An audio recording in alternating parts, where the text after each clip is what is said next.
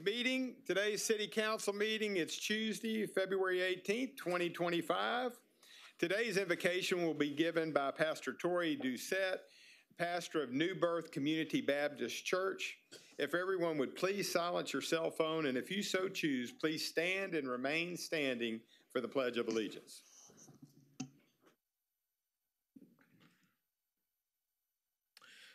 Let us pray. Eternal God, our Father, Lord, we thank you for a day we never seen before and a day we shall never ever see again. Lord, we thank you, Lord, for this city, and we thank you for our local government. But, oh God, as we've always have asked of you, Lord, we need you to guide us, oh God.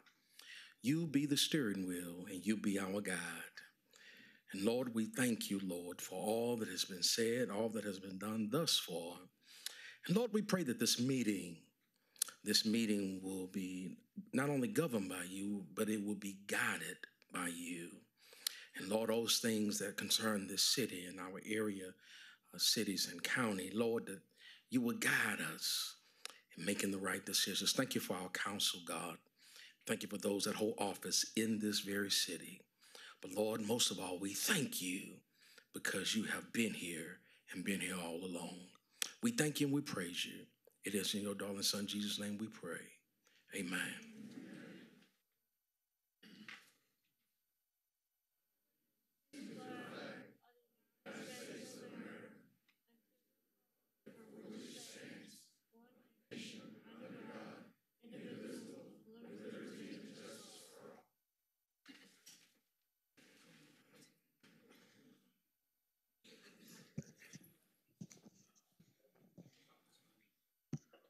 May I have roll call, please? Mayor West. Present. Mayor Pro Tem Neal, absent. Councilmember Durio. Present. Councilmember Getz. Present. Councilmember Turner. Present. Councilmember Fellshaw, absent. And Councilmember Samuel. Here. Thank you. All right. Today we have one proclamation and 4 presentations. First, we have a proclamation recognizing February as Black History Month. Accepting will be Mrs.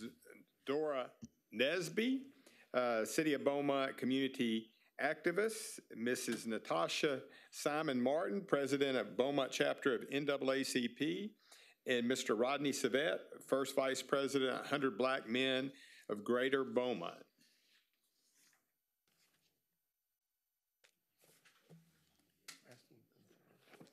Come forward. Yes, would you please come forward?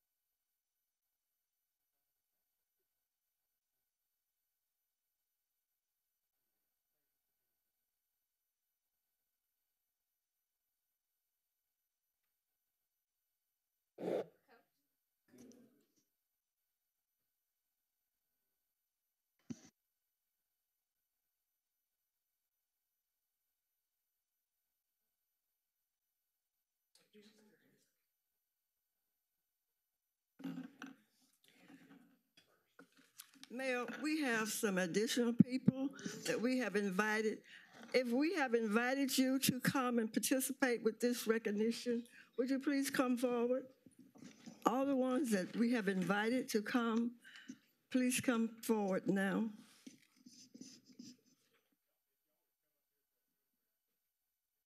Okay, all right.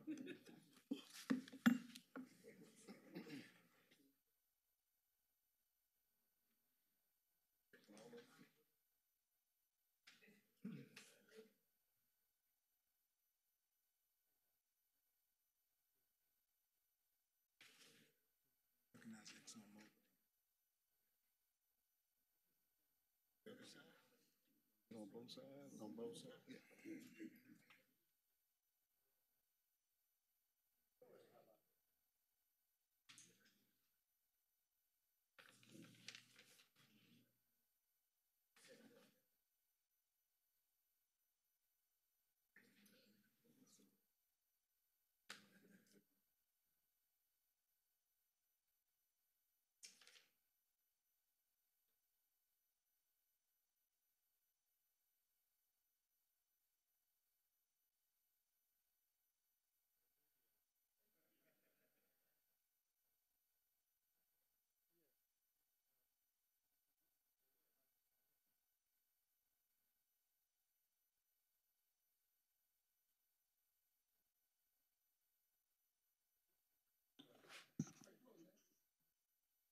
What's up?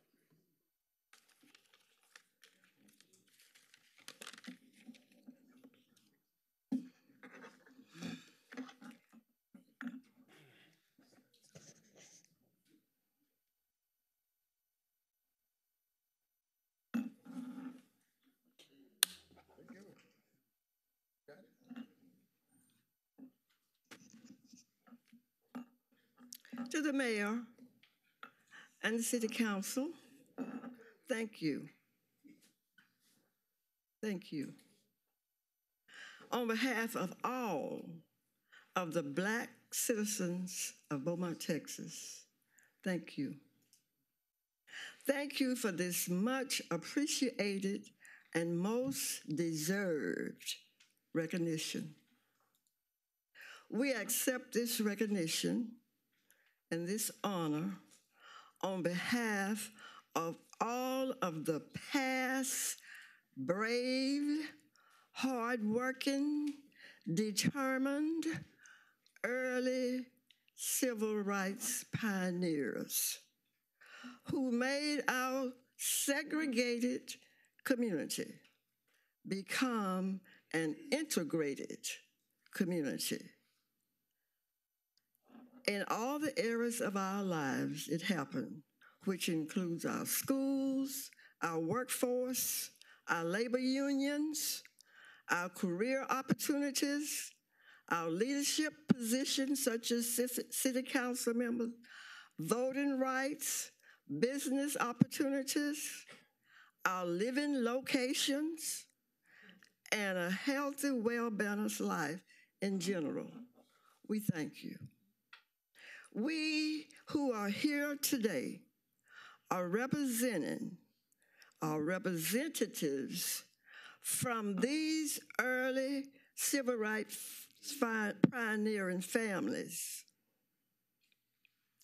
the civil rights organizations, including the NAACP, who took the dare and the threats in many forms, to make equal rights in all our areas of life become a reality for all of the Black citizens of Beaumont, Texas. This proclamation that you have just issued and given to us will be framed and displayed in the office of the local NAACP for all to see from this day forward, and we thank you. This is a history-making event. Now, we don't know if time would be permitted, but we have some representatives in our audience today from the families of the early civil rights pioneers. If we have a minute, Yes, could we recognize some of them? And they are here representing their family. I will start. I'm Dora Nisby. I'm the wife of the deceased Cleveland Nisby, an early civil rights pioneer who worked in all the areas. He was, for many, many years, the president of the NAACP. He filed a suit against Jefferson County to make possible the election of Black officers, because without single-member districts, Black people could not be elected. He filed a suit and won it, so we can have county commissioners from single-member district. So he did many, many things. So that's to help Black people. So we have other people. Would you please stand and say the name of your family? We have some of those. If they could come to the mic so we'll be able to hear them. We got David Willard, Mac English. I don't know all of them. Okay, Miss Theodore Johnson.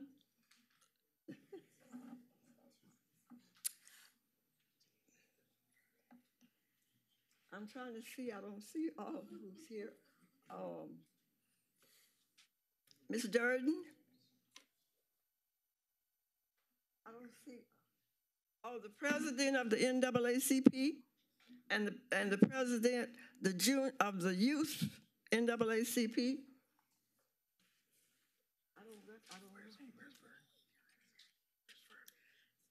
Okay, let them speak. Thank you. Good afternoon, Council. Good afternoon, Mayor, all those in attendance today.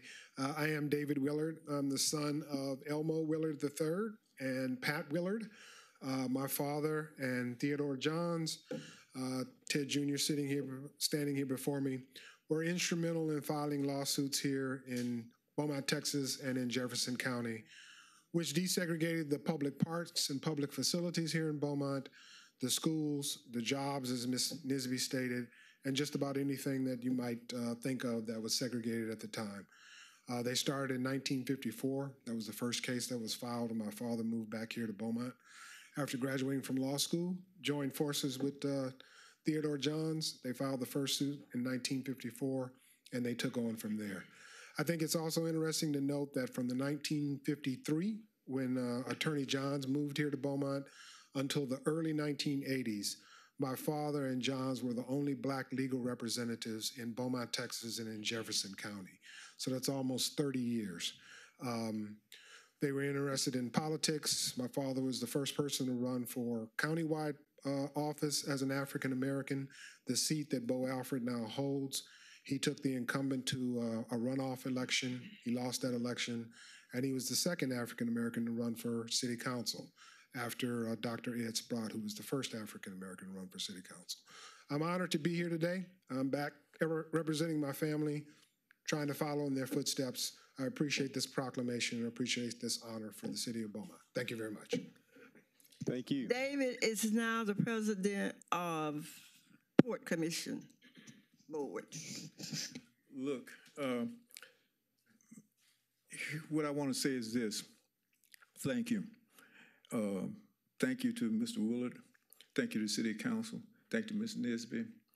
And it's a special thanks to Ms. Nisby because as we discussed yesterday on the telephone, the dean of my law school, Southern University, Baton Rouge, was it your brother? My nephew. Your nephew. And he taught property law and one of the largest landowners in Washington Parish. And I might add this, I'm not going to go into history other than this. Mr. Willard, David's father, was closer to my father than his own brother. He loved his brother, but those two together was a dynamic duo, as anyone in Beaumont would know. And again, I want to say thank you. And I'm going to tell my age a little bit. When I walked up here today, I looked over at the Joe Louis statue and said, boy, I remember when they were arguing about putting that up there. And that was some time ago. So thank you again. Thank you. Thank you. Ms. President of NAACP, please. Hello, everyone. City Council, Mayor, and our community, thank you so much for the proclamation. We're honored to receive it.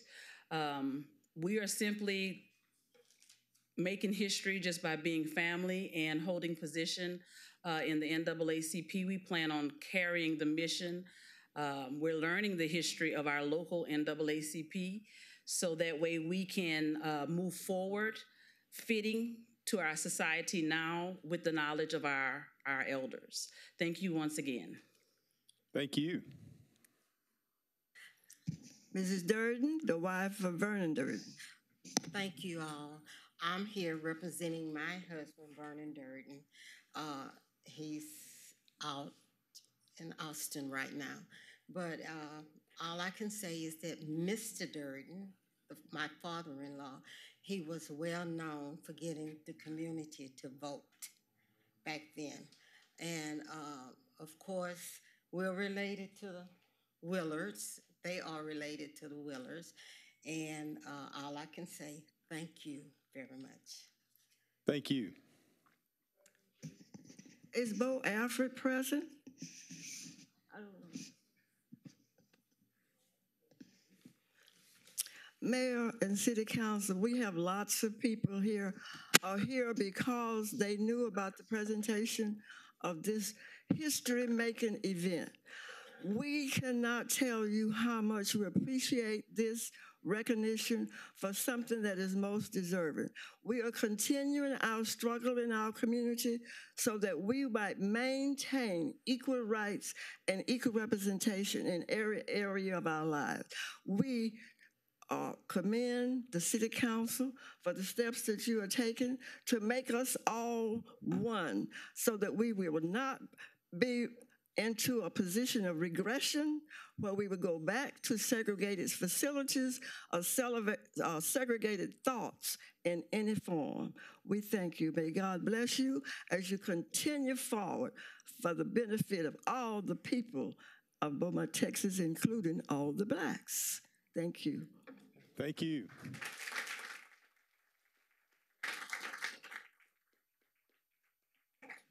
Good evening. I am Rodney Svet, Vice President, 100 Black Men of Greater Beaumont. To the Mayor, City Councilmen, we are excited to be having this proclamation, to be receiving it and honoring it. And with all the 100 Black men, please stand up. We're here for us because we really, truly appreciate this proclamation. We also want to recognize Mr. Matt Gully and Miss Olivia.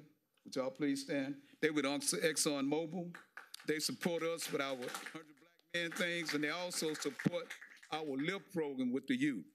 We just once again say thank you, thank you, thank you. I know you got a busy day, so thank you. Thank you. Next, we have a communication update from the City of Beaumont.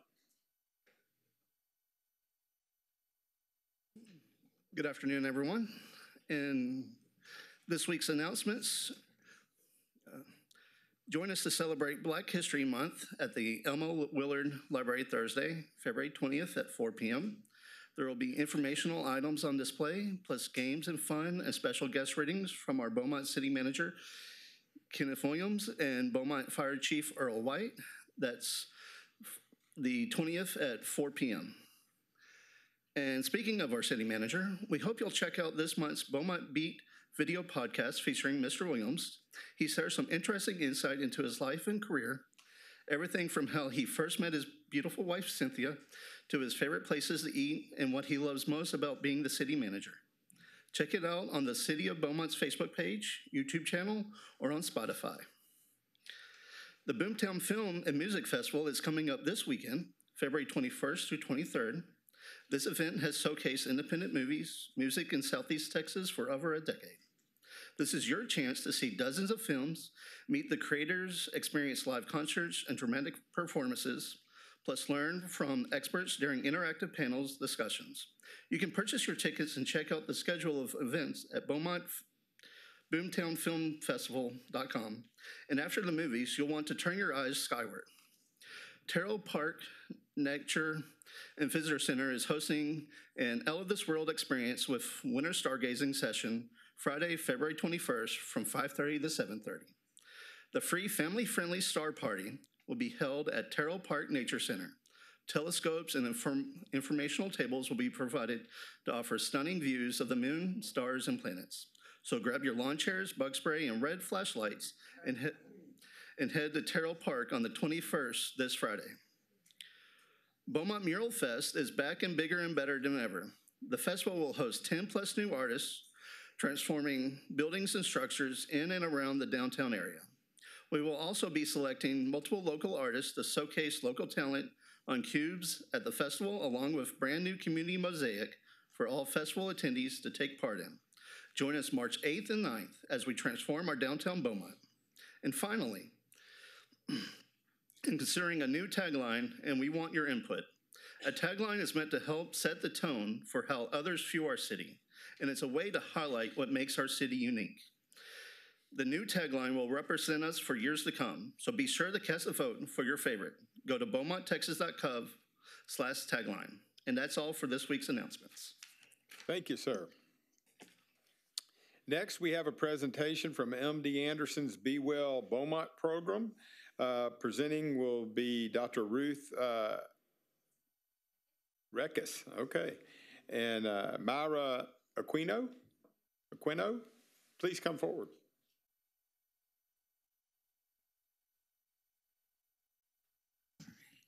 Good afternoon, everyone. City Council, Mayor West, thank you for having me today. I'm Demetrius Whitmore with ExxonMobil, and if you're aware of, in January, we recently announced a $10 million grant provided to MD Anderson to roll out Be Well Beaumont, a health and wellness and cancer prevention-focused program in the Beaumont area. And so, as you can imagine, the success of this program will be strongly dependent on the support of our elected officials, community leaders, and those part of the greater Beaumont community. And so we look forward to and encourage your involvement in all of our efforts and as we roll out in 2025. And so at this time, I will hand over to Ruth Rekas with MD Anderson to provide a brief overview of the Be Well Beaumont program. Thank you. Thank you. Thank you, Demetrius, and thank you so much for the opportunity to be here to share some information with you about Be Well Communities and Be Well Beaumont. I already know I have too many slides, but thank you so much for having us here.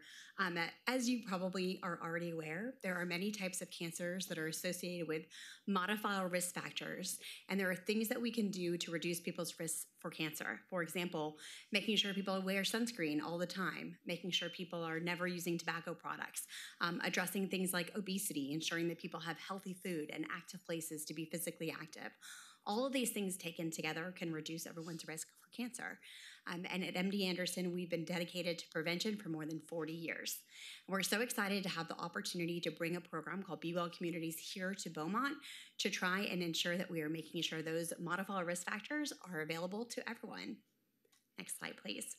Our goal as part of Be Well Communities, which is MD Anderson's place-based approach to cancer prevention and control, is to engage the community in an ongoing dialogue about the importance of healthy behaviors, foster multi-sector community collaboration to promote health and wellness, and build the capacity of local organizations to implement evidence-based strategies that can have a direct impact in cancer risk reduction over the next in 5 areas over the next 10 years: healthy eating, active living, sun safety, tobacco-free living, preventive care, things like cancer screening.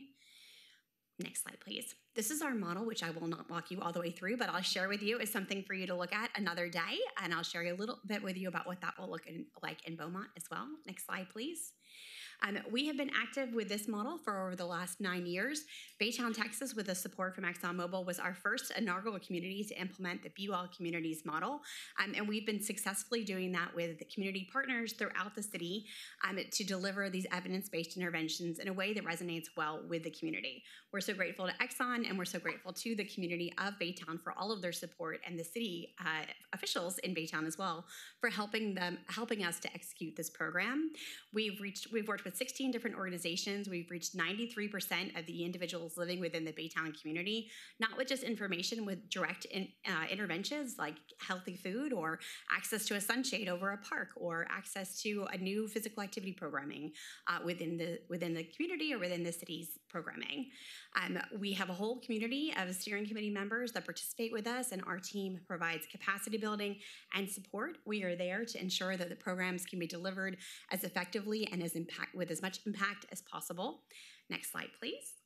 I will, again, not walk you through all of these things, but you can see we've had a lot of really successful outcomes with this model, and we adapt it for every community where we work.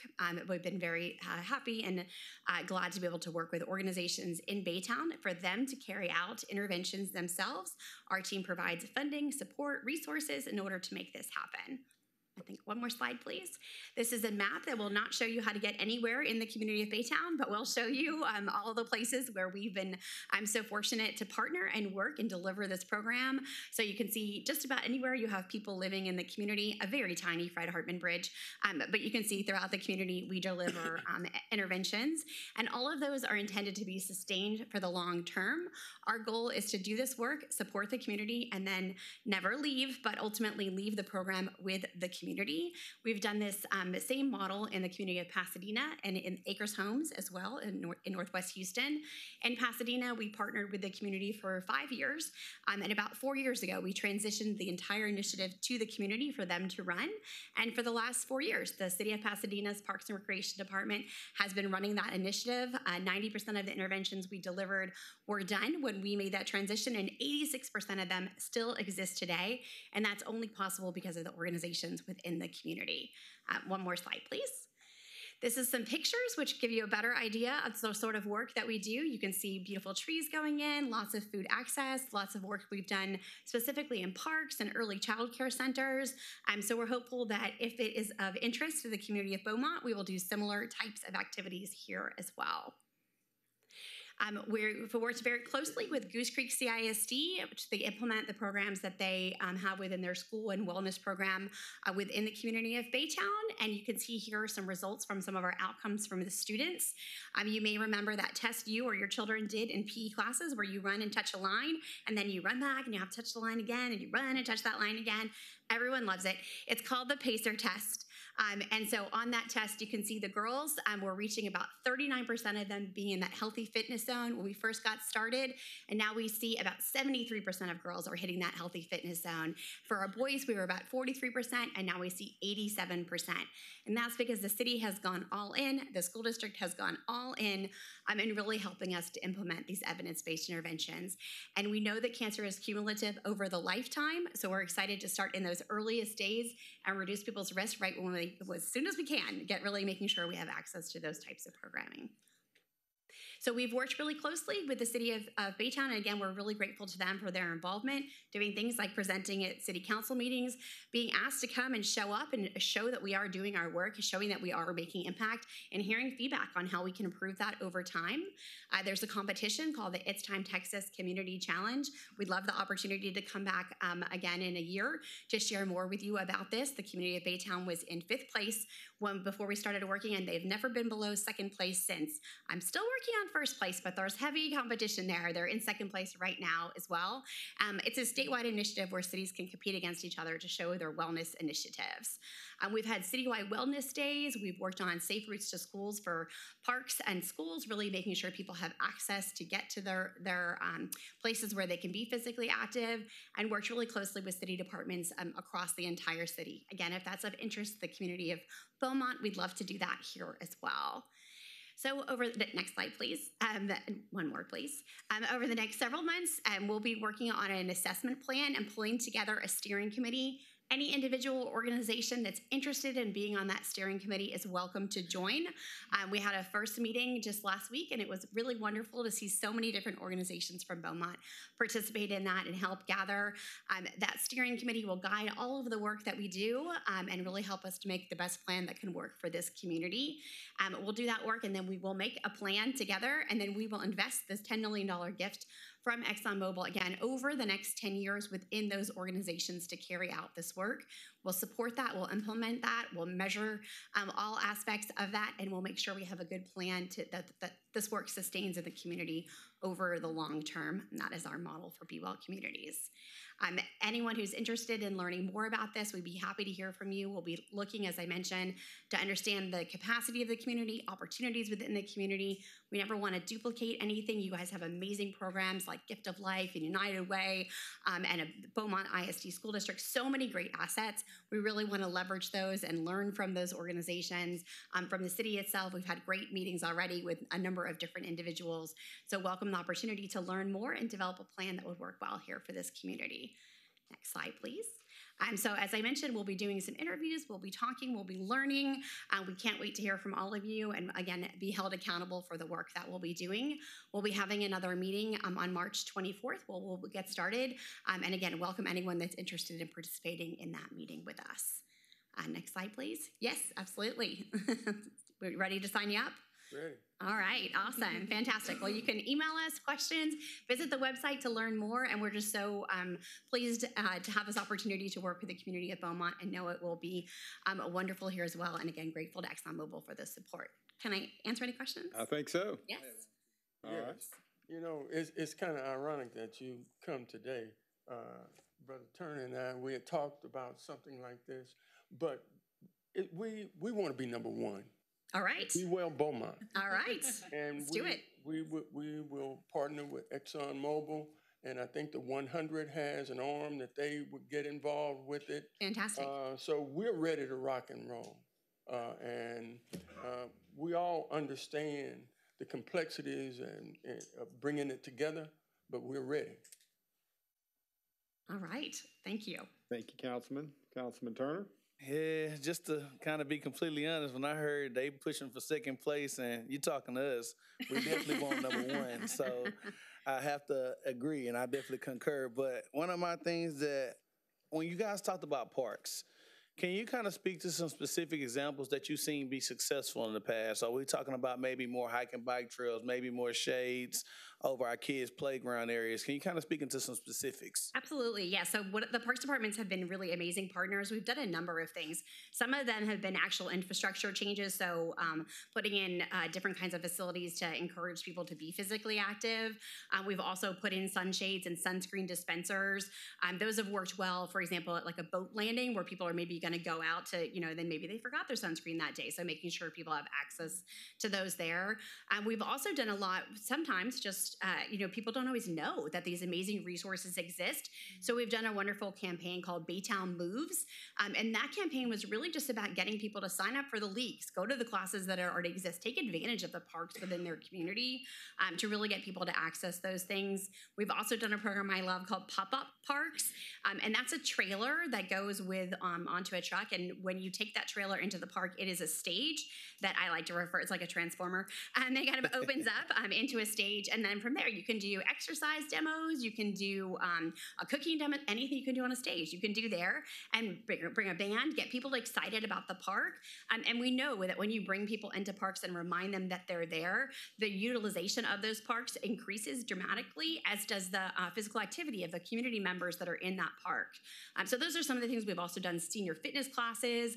With the city of Pasadena, we actually tested out a whole different set of classes to understand what would be sustainable for them. And the city of Pasadena now funds those classes. But we tried water walking in a lazy river. We tried Zumba. We tried, morning classes, evening classes, weekend classes to really understand what the residents were interested in.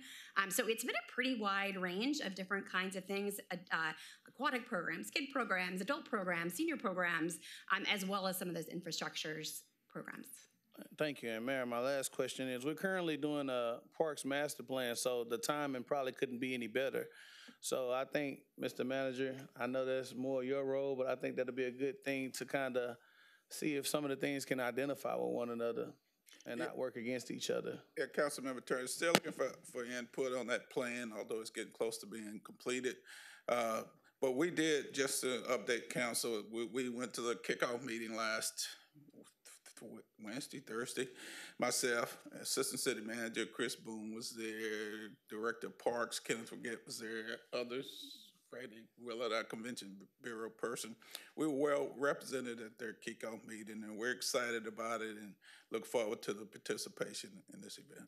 Okay, thank you. And just last thing, I think when we talk about parks, often we forget recreation. Like those activities for our seniors and for our youth and for our kids. So if we can just consider some of those, I'd be greatly appreciated. Thank you. Absolutely. Thank you. Thank y'all. We're very grateful to MD Anderson and ExxonMobil for joining this project here in Beaumont. Thank you. Thank y'all.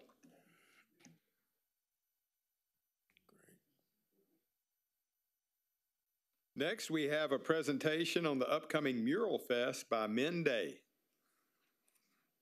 and Emily Wheeler.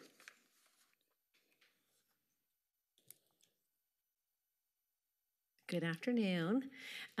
Before Min comes up and gives you a presentation, I just kind of wanted to give y'all a reminder that Mural Fest is coming up on March 8th and 9th, and it's going to be out here on Main Street and inside the Civic Center. We were here about a month ago, and Min and Jay made a presentation. Kind of gave a little blessing that we could beautify the Civic Center this go-round. And in just a few short weeks, they have done an unbelievable job curating these murals are unreal. And they really did an unbelievable job in depicting what we would hope for a mural at the Civic Center, which is depicting our past, our present, our culture, and our future. For as long as these murals that he's about to present stand in the Civic Center, whether that's a year or 50 years, they will promote downtown development. They will encourage people to keep our city beautiful, and they will enhance all that Beaumont has to offer. So I just really want to commend Min, who is the promoter and visionary behind Mural Fest, and Jay, who is the artist curator, on an unbelievable job but he's going to go through a presentation showing you the murals that will be on the Civic Center. Thank you. Thank you, Mrs. Wheeler. Mayor, City Council members, thank you guys for having me. As Emily said, we wanted to bring in and make sure that you guys got a chance to see what actually Jay put together, because Jay's the one that finds the talent. We gave him a very specific parameter to try to stay within. So this is kind of the first unveiling of what we are doing this year for the Civic Center. So the first one is going to be a gentleman named Bubblegum from Spain. Next slide. So basically, every artist came up with their very specific concept, the reason they did it. The very first piece will be on the south side of the Civic Center at the corner of the building. The concept draws from nature, flowers, and bird of the region.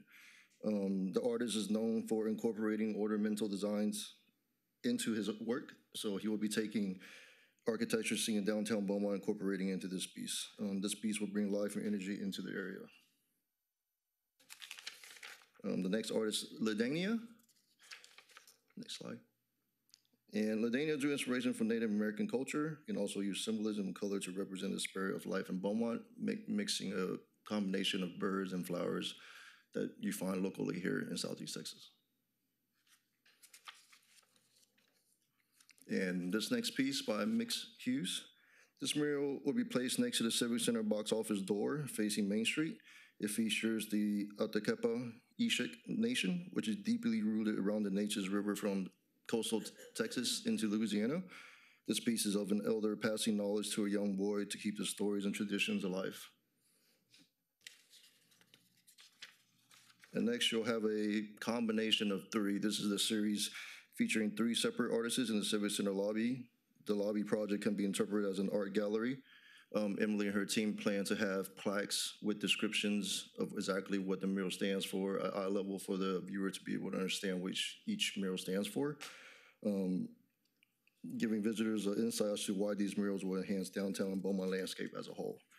And the first one that you see on the very far left by Christy McCarthy, this mural depicts the natural beauty of Nature's River in the Gulf Coast wetlands. And the middle piece is by Rex Hamilton. And this design is a celebration of nature in Beaumont and the great state of Texas. The piece brings joy and sense of peace to the room, boldly showcasing the beauty of our community by using not just local, but also Texas wildflowers. And for this slide is Yasmin. This mural features the native blue heron and evokes a sense of reflection, just as the Nature's River provides a place for reflection.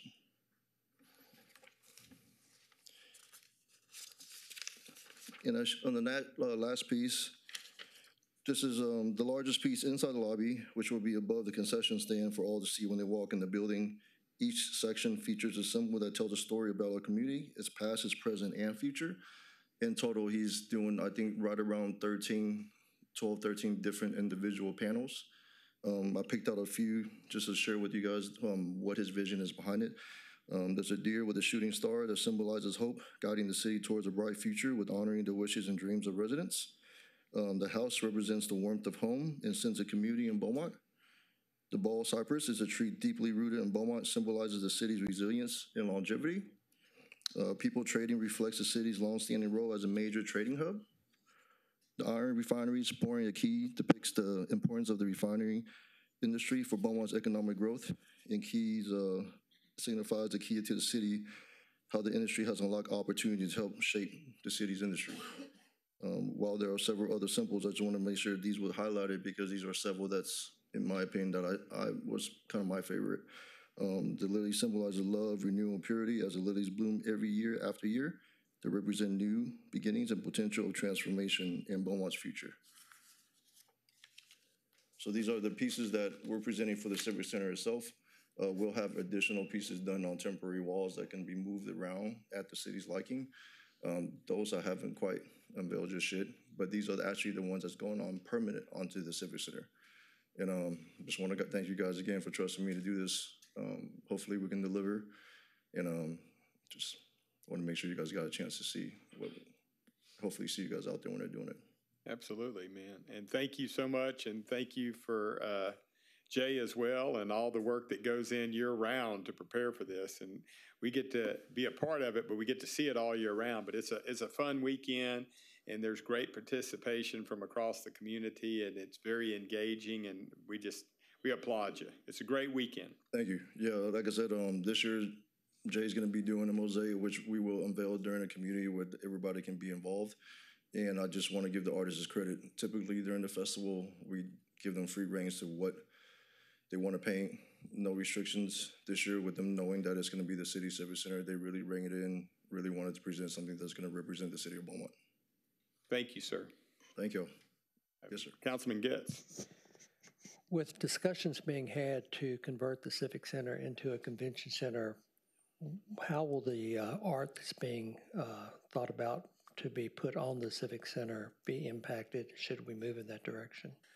Yes, Councilmember, and that thought process was into what they decided to do. Emily, as she led with our opening comments, whether it's 1 year or 50 years, that's what she meant. Because if there's something that changes with the Civic Center, or if it's reconstructed or whatever, this will, with the understanding that this could go away. So it's understood with that, the way Emily has explained it to me, that's been under consideration. And thank you, Councilman Getz. Councilman Turner? Yeah, just Mr. Day, I just want to say thank you. Like, often we have people who do amazing things in our community, and I think sometimes we fail to do something as simple as say thank you. You don't have to bring this festival to Beaumont. You can pretty much bring it anywhere in the United States, as you stated earlier, even people trying to recruit you to leave your hometown. So I'm letting you know thank you, and we appreciate you, and we want you here. So please keep going. Of course, and like I said, without you guys giving us the freedom to actually do the festival, that's actually what does it for me, is being able to produce, having the freedom to show and give back to my community in my own way. So I just want to thank you guys for that. Thank you. Thank you. And it looks great all over town. Thank you.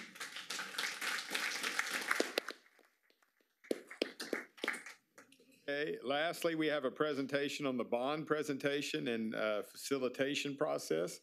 Presenting will be Mr. Jeff Barton with GAP Strategies. Thank you, Mayor. I'll introduce Mr. Barton. Okay. As you mentioned, Jeff Barton is with GAP Strategies. He was a founding partner with that firm. The firm has been around many years. It's a full-service consulting firm. The firm has facilitated successful bond public education and facilitation campaigns throughout the state of Texas. Jeff is very familiar with the process. He has a team that, if this agenda item is approved today, that would partner with the city of Beaumont and work with city staff in order to move us toward a potential bond election in November.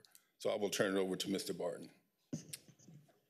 Mayor, council members, again, Jeff Barton with GAP Strategies. Thank you, Mr. Ellis. Real pleasure to be here today.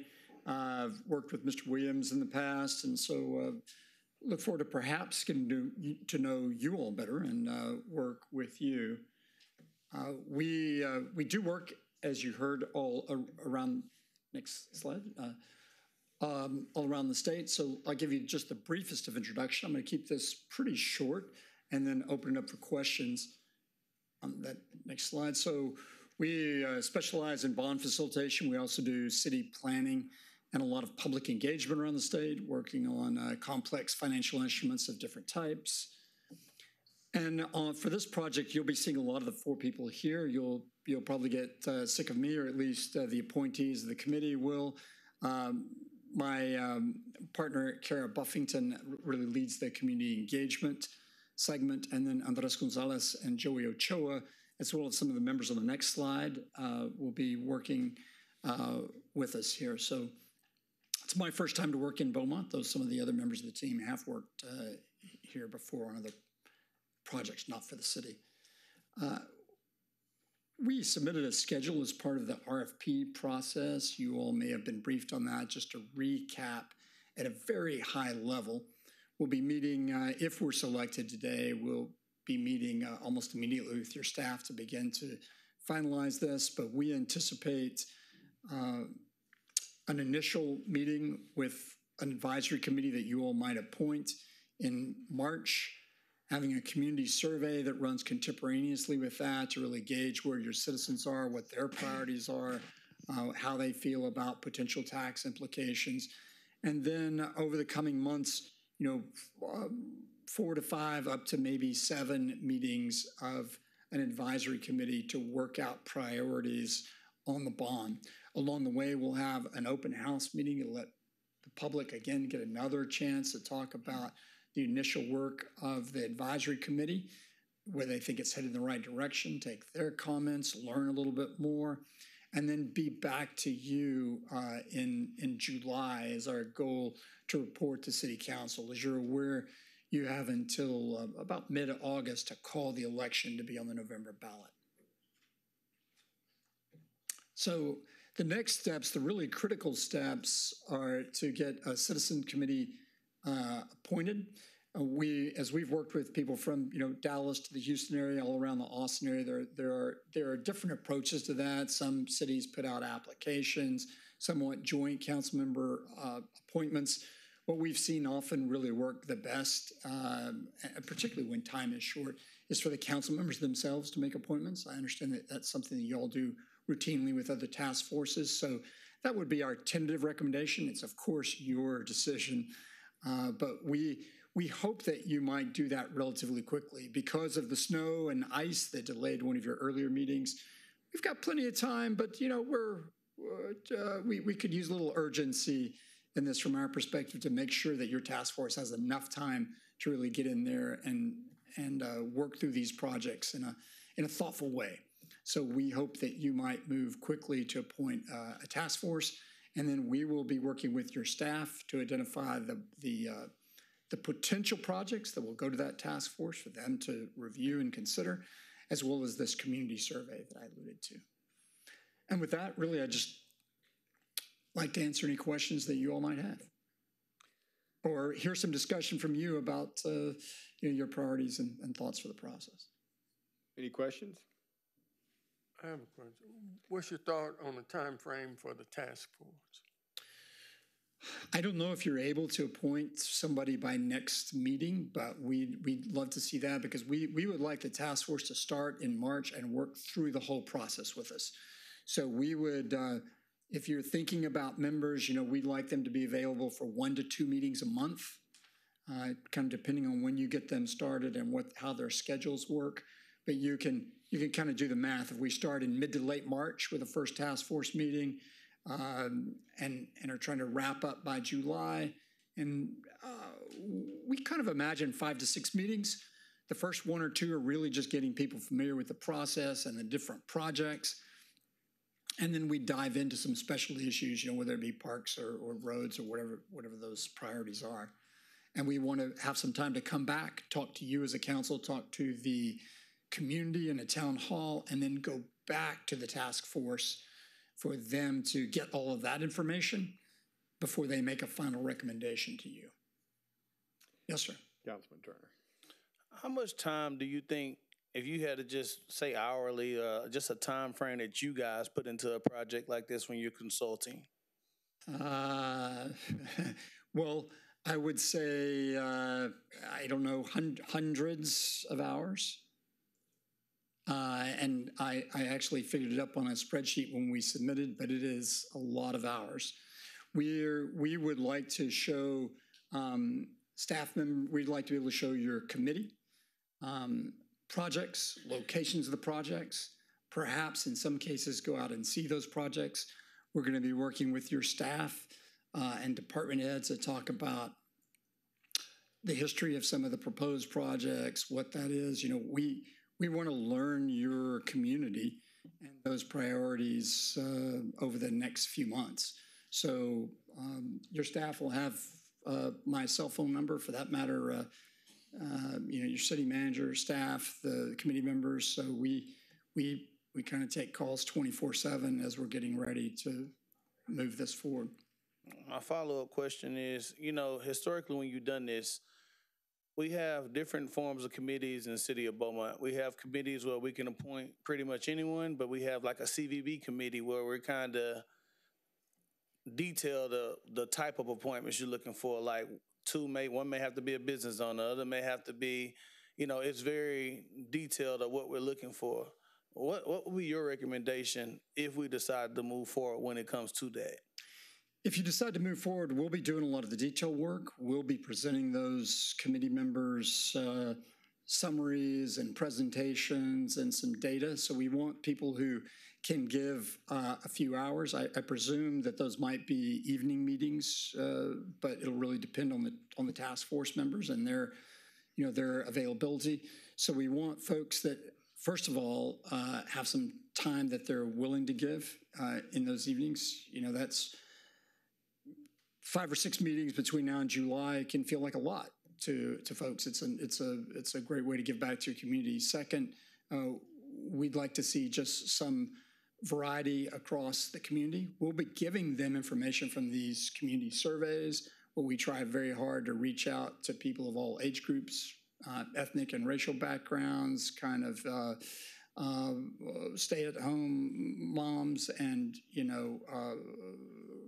people who are out working. So we try and get a very diverse feedback on these community outreach programs. It'd still be nice to have some, just diversity of thought on that committee, whether it be business folks or folks who stayed home or retired people. And then most of all, I think the critical element is people that you trust, that they're going to be making a recommendation to you on a bond package. So we want to make sure that you have faith in their judgment. And if they come back and you may want to tweak that or amend that, that's always your prerogative, of course. But this is a momentous issue. My understanding is you all haven't had a general obligation bond in the city in generations, perhaps, but in quite some time.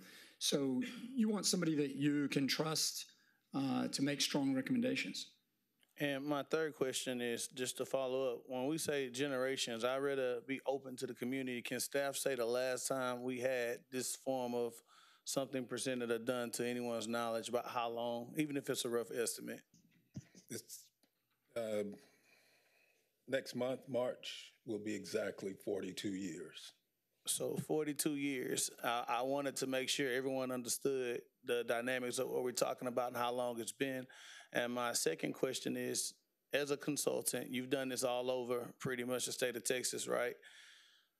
How often do you see average cities kind of run through this process? Is it this kind of time frame, or do you see most cities that are growing do it often? Like, what's your experience to that?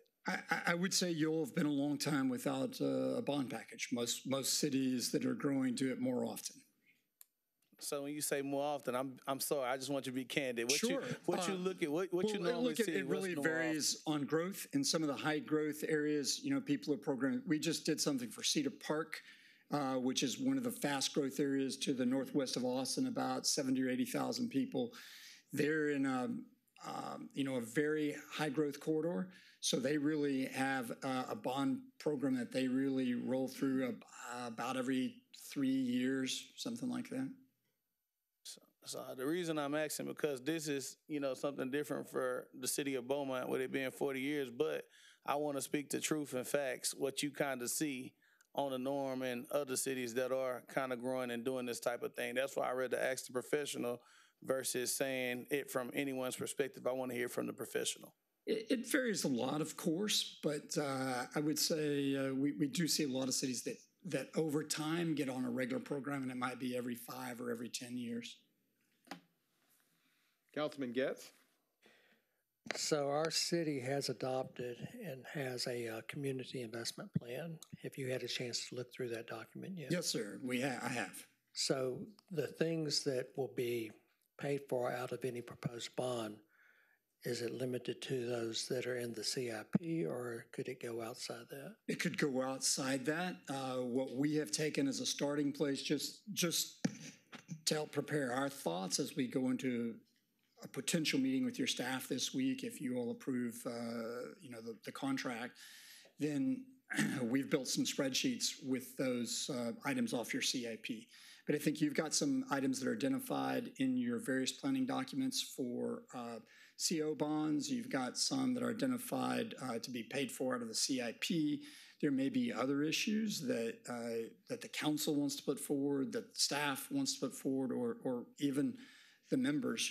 As we talk to the task force, we would try and explain to them the work that's gone into your CIP and those planning documents and present those as a starting place. But then make sure that you really get some meaningful feedback from the community, you know, we'd open it up to them if there are other projects they want to put on the table. So when you looked at the CIP, I'm sure you saw that there's a wide variety of things that are in that document. Yes, sir. Everything from infrastructure improvements to things that might be considered wish list type of things. Yes, sir. Like a new city hall or a new police station or something like that. Yeah, you noticed that, I'm sure. Yes, sir, sure did. Okay. And with that being the case, your job is, as I understand it, going to be to help our Citizens Advisory Committee prioritize projects, estimate costs, figure out projected timelines, and work with the Citizens Advisory Committee. Is that pretty much what you do? I think that sums it up, yes, sir. Okay. Is there any reason why our city staff could not facilitate that on their own? Well, you know, I suppose that's for you to determine. I would say that what we bring to the table is an outside perspective that's pretty useful for those citizens to know that there's no one department head or one staff pushing any particular issue. We don't have a dog in that hunt. Second, most city staffs that I've met are pretty busy. And so they have their own issues that they're working on day to day. This allows us to really focus on that, to really bring you and your task force to really work with that task force so that this is a top priority and is going to move forward expeditiously. And finally, I guess I will blow my own horn. We're good at it. We just did this for the city of Plano, something similar. And the gentleman who was the chair of the task force had been a planning and zoning commission member, city council member, then mayor, now head of the water company, and then was assigned to run this task force. And at the end of the meeting, which we did about 9 months of facilitation over some issues that had started off very contentious. We had unanimous recommendations for approval that went to the council, and he said, "You're the best facilitators I've worked with in 37 years in the city government." So I think what we bring is that sense of professionalism about facilitation to take a lot of different views.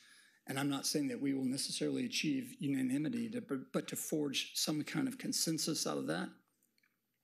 And some unusual expertise in how to reach out with community surveys and get not just the 10 folks who normally show up to city council, but to really reach deeply into the community to get a sense of where they are about issues, taxes, and make some tough forced choices. Not just, do you want this item on your wish list, but here's what it might cost. And here's what it means in taxes. So is this of value to you? Is it worth it to you? And then work through those issues so that you as a council then really have good information with which to make the final decision. You know, we recently had a downtown advisory committee created. And when we started trying to meet, a lot of the people that were appointed to that committee never showed up. That seems to be a chronic problem sometimes with some of our advisory committees. Even today, we're going to be talking about naming a vice chair to the Convention Visitors Bureau. And I'm looking at the attendance records of some of the people appointed to the advisory committee, and some of those people never show up. How do you deal with that kind of a situation? We've certainly seen that. You know, it varies from community to community, I think, based on kind of history, the demographics, the time, the affluence, how much time people can give. We'll rely on you all to make good appointments, and then our job is to show them immediately at that first meeting that what they're doing is of value, so that their time is really worth it. This isn't a board where people work for 4 years and then there is a vague outcome at the end. There is a very specific task. They aren't there just to rubber stamp something, but to really become educated and then help make the decisions. And I think that gives people a sense of ownership in the process, so that ideally, not only are they coming to you to make recommendations, but at the end of that process, what we like to say is we want to build champions. We want to build people who are vested in that outcome, and then help you explain to the broader community, well, here's what happened and why. This wasn't an arbitrary decision by the city council or by some staff members to call a bond election. This was really a grassroots, community-grown process that we feel good about and we want to recommend to you as a community. And you don't think it would be better to have the Citizens Advisory Committee appointed before we retain your firm, or are we putting the cart before the horse, is I guess what I'm asking? I don't think so, because really we're going to work with whoever you appoint. If you want to delay, you can, but I think what we'd tell you is that it seems like there's a lot of time perhaps between now and August, but that time's going to go quickly. We want to work with your staff to really go over those items in the CIP very carefully, to talk about which ones from a staff perspective. Your CIP has, in fact, dates attached to those. We want to really begin to dig into those dates. Are those realistic? How do we begin to think about inflation factors, which is really a difficult issue to get your arm around in this current environment? Potential tariffs, maybe not. What's going to happen to Canadian lumber? We're not going to have the final answer on that, but we want to help work through those issues. We want to work with your financial advisor to talk about if we move these out in different tranches, if you were to pass, a bond package, how could we phase that so that we can minimize the interest cost to you? You don't want to start all of those projects at once, because you can't move all of those projects through the pipeline at the same time. You don't have enough staff. There aren't enough construction folks here. So we want to phase those in ways that really maximize the benefit, minimize disruption, and also make sure that you get the best use of your dollars and are paying as little interest as possible. So we have a lot of work to do before we walk into that first meeting. We want to really walk into that first meeting with some things set. We want to really devise this community survey. And then, we want to continue to work with your staff and that committee over the coming months. If we're meeting once a month or once every few weeks, there's a fair amount of work for us to do between those meetings. Facilitation is not about just walking to a room and saying, hey, what do you think, Joe? We have to come in really knowing issues backwards and forwards to help guide members so that they can make good decisions.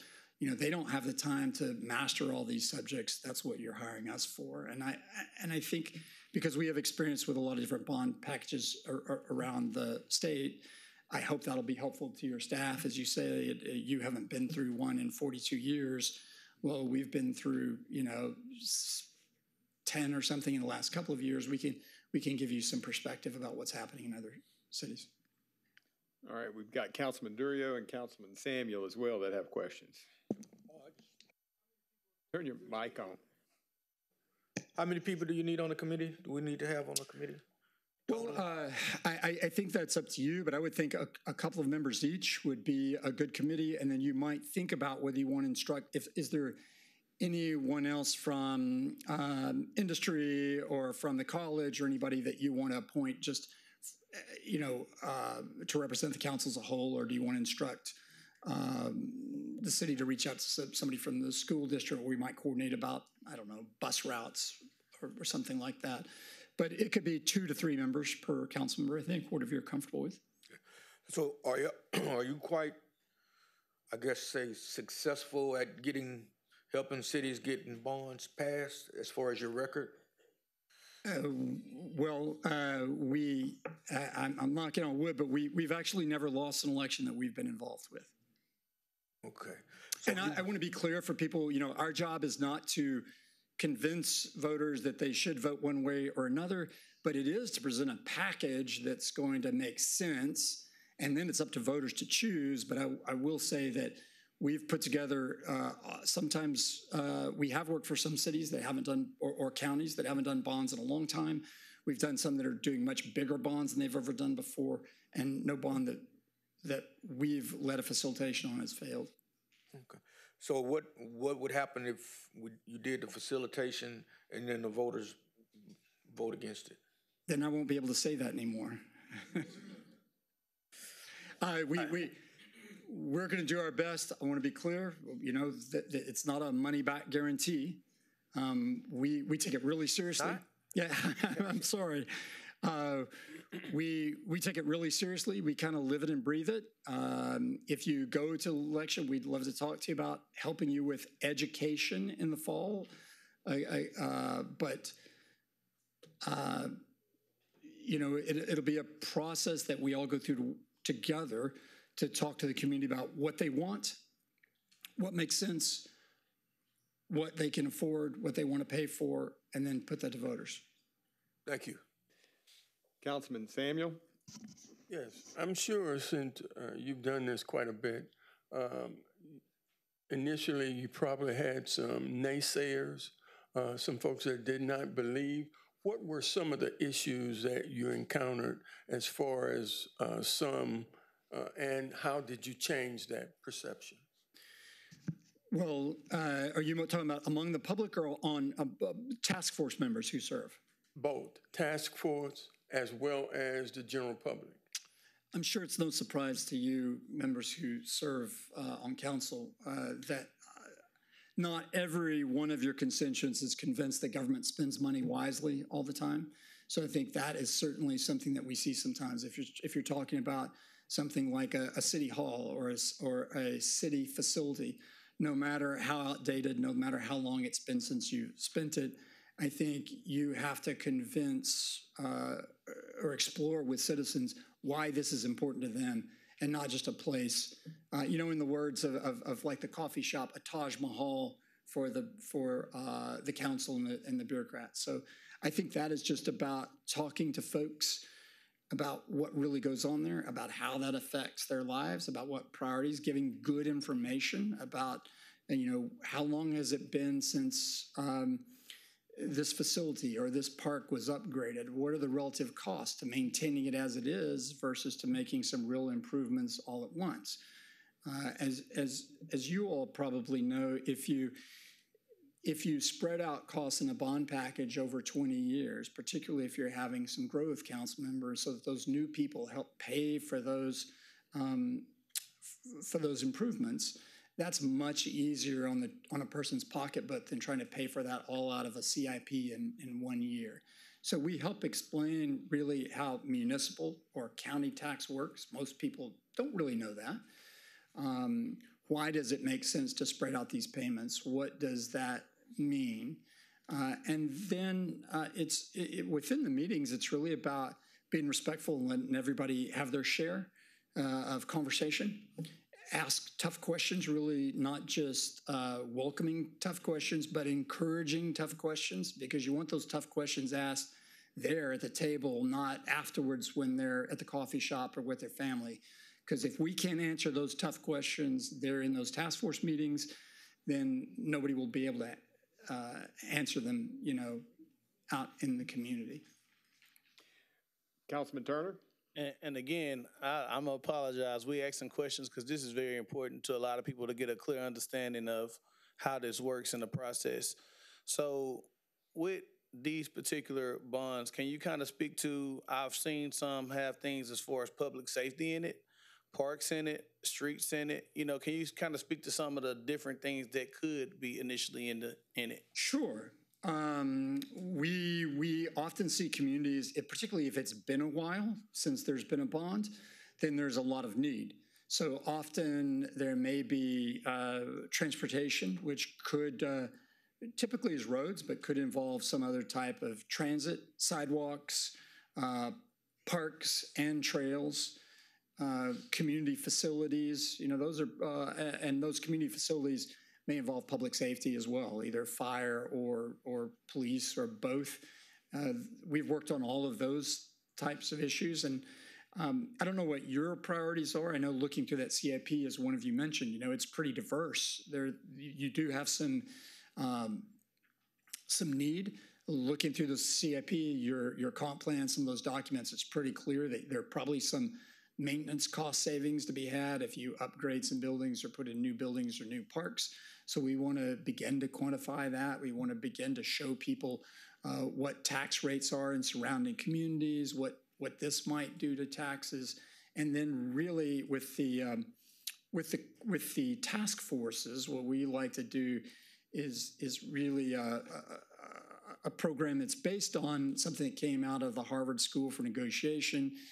And then we have tweaked it and really have our own system that's kind of community-based consent. So we're not always going to have unanimity, but we're going to at least have everybody feel like they got their say and that this is something they can live with. This may not be your first choice.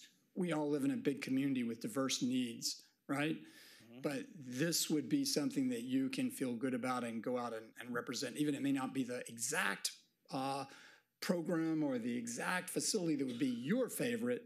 Can you agree that it's good for the community and that this package taken as a whole is good for the community? And man, just my last thing, we're going into political season in Beaumont, so I don't want to sugarcoat it. I just want to be quite frank with you why it's important that we are honest and open and talking downstairs in front of all the citizens on how this process works and what it could be. And one last thing, if projects are considered in the bund, if we chose to go forward, the voters have the final say in this particular bund that we're discussing, correct? Voters can vote Absolutely. Yes or no. And I think that's what we see a lot of cities who say, well, I like this package. I think it represents a realistic way to move forward, but it's really up to voters, right? That's the message. Is this the way you want to move forward? I said every election we've been involved in has been successful, but if the election were to fail, really to deal with your question directly, that doesn't necessarily mean it was unsuccessful. That's going to give you some information, right? You've put together one way of solving issues. The task force has put together one way of solving issues and presented that to voters. And the message, Councilmember, is that then it's up to voters to decide. Well, Mr. Barton, you've done a great job answering a lot of questions, and most of them have been covered, but just for clarity, I want to finish with two more. So bond facilitators, consultants such as y'all, would you say that is pretty commonplace in cities that are putting together bonds? I would say it's very commonplace. Okay. And the other question is, just so for clarity for people, there's several issues involved here, but it's not going to just be one package where you vote up and down on a bunch of different issues. There's going to be a menu type. I think that's most likely, Mayor, yes, is that it would be a menu of options. There's some rules promulgated by the Attorney General's office about, the days of like packing in something that you think nobody wants and making them vote for are kind of yesterday's news for the most part. Right. So I think we would anticipate something that really gives people a lot of choice. And just to go back to your first question, for cities your size, as you get to maybe Dallas or Houston, sometimes they have that kind of staffing and expertise in-house, but we really don't see it much at all in cities under 500,000 or so. Thank you. You've done very good explaining everything. Thank you. Anybody else have any questions? Just the last question. All right. Manager, we have council members that aren't present today. How would they have opportunity to give feedback or dialogue on the topic of discussion? Well, they could have the opportunity to discuss it with staff for sure and talk to us, so they could call Mr. Barton personally and have conversations with him. He's a very personable guy and welcomes that. And while I'm not promoting anything for him, and I don't typically speak, and I'm not promoting, but I will give some background on Jeff that he hasn't given. You know, he did, full disclosure, he worked with us twice in Butte and got bond packages passed. We got new parks and streets and roads and amphitheaters, city hall, police stations, et cetera, through his work. And it was really good work. And he's a little shy, but he's Hayes County royalty from over there. He was a commissioner's court. You served 2 terms? Really, 1 unexpired term and then 2 full terms. He was commissioner's court, so he knows the political side of these things and how they work, and he's good at that. So he knows what people think and how he needs to approach them. He also owned the newspaper there, so he understands that about the communications. His family owned the newspaper in Hayes County, so he understands how important it is, and having access and being able to work with the communication and putting strategies together to get the word out to people and getting things done in that regard. So he has an extensive background in getting these done for sure, and working with packages. I've got a little sympathy for what you all do on that side of the dais. Thank you. Councilman Getz. Just a couple of things. As Councilmember Turner mentioned, this is political season, and we know for a fact that almost half this council will not be here on May 5th. We've got 3 that will absolutely not be returning because they're not running for their positions that they currently hold. So that's one thing to factor in.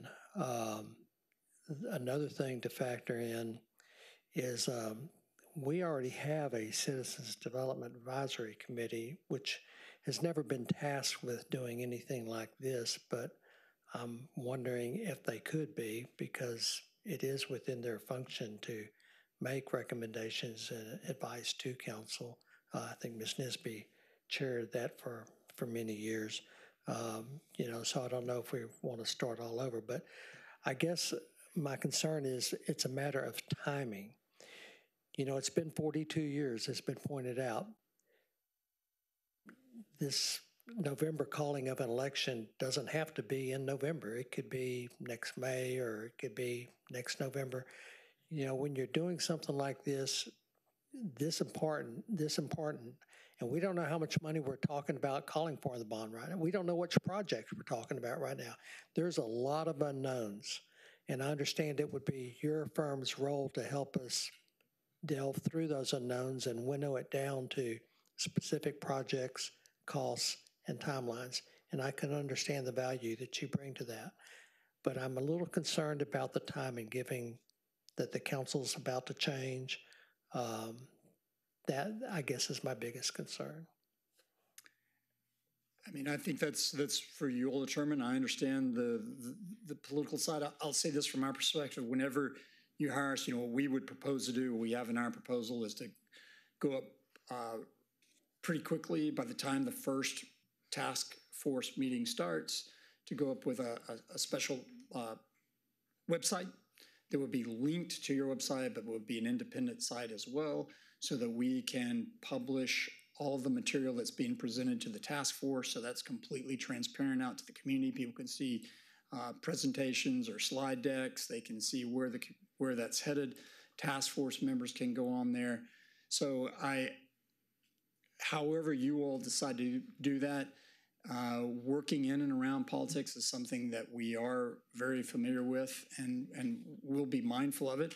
Our job, is not to take sides on any of that, but to be the outsiders who can come and say, regardless of what's going on with the craziness of election season, here are the longer term, out on the horizon, here are the issues over the next 5, 10, 20 years that the city's thinking about, and solutions and how to pay for them. Thank you, sir. Thank you. All right, and for everybody that's been here for proclamations and presentations and you would like to leave, now's the time to do so, and thank you for coming. Y'all were here a little bit longer than you thought. Yeah.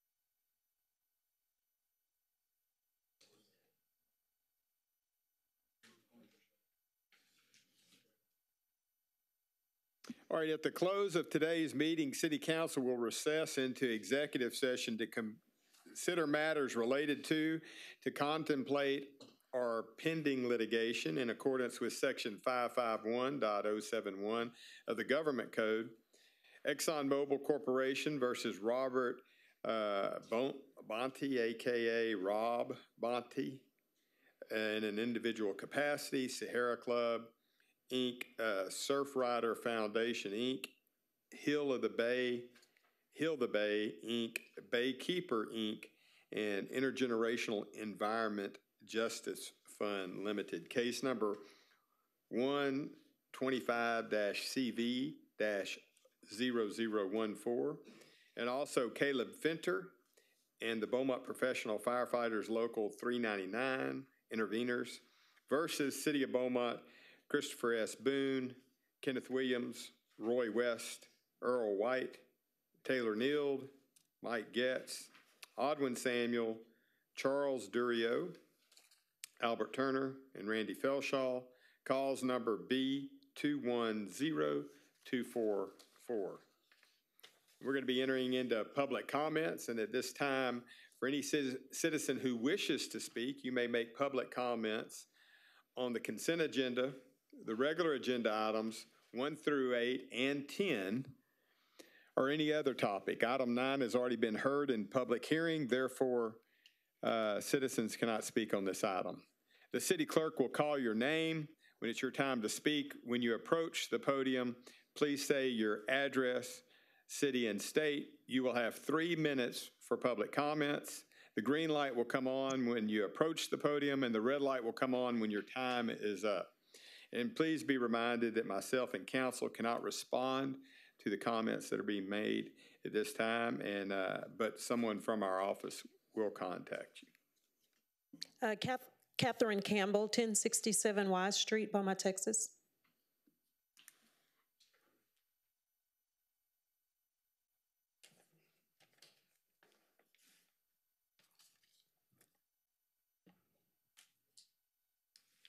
Good afternoon. I am Catherine Campbell, 1067 Wise, Beaumont, Texas, 77703. And I come to you on behalf of the North End Neighborhood Association, where we are 120 members strong, plus. To the Honorable Mayor and members of the council, we, the members of North End Neighborhood Association, proudly express our strong support for the construction of the Riva Ridge apartment complex in the north end of Beaumont.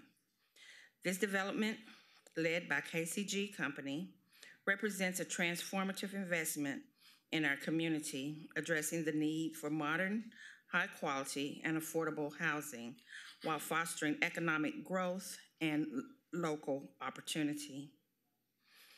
KCG Company has already demonstrated its commitment to responsible development in Beaumont through another successful project in our city.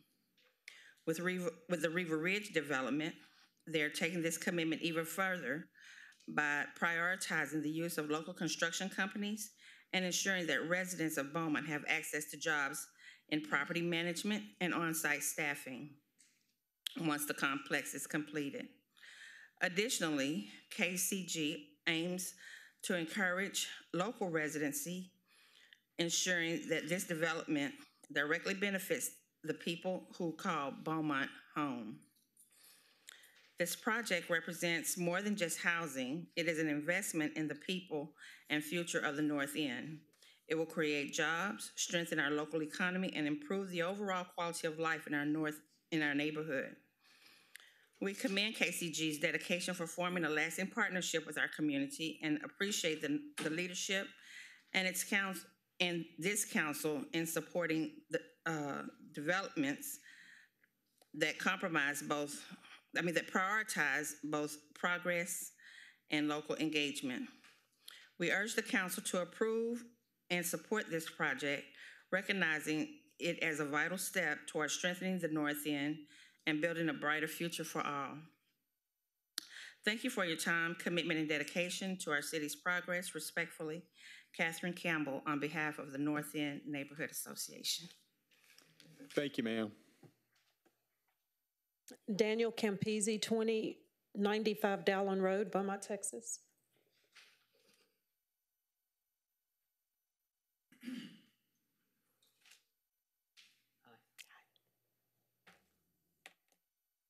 Mayor, City Council, I'm here today to discuss child custody interference, an issue that affects both our youth and the sanctity of the family unit in our community.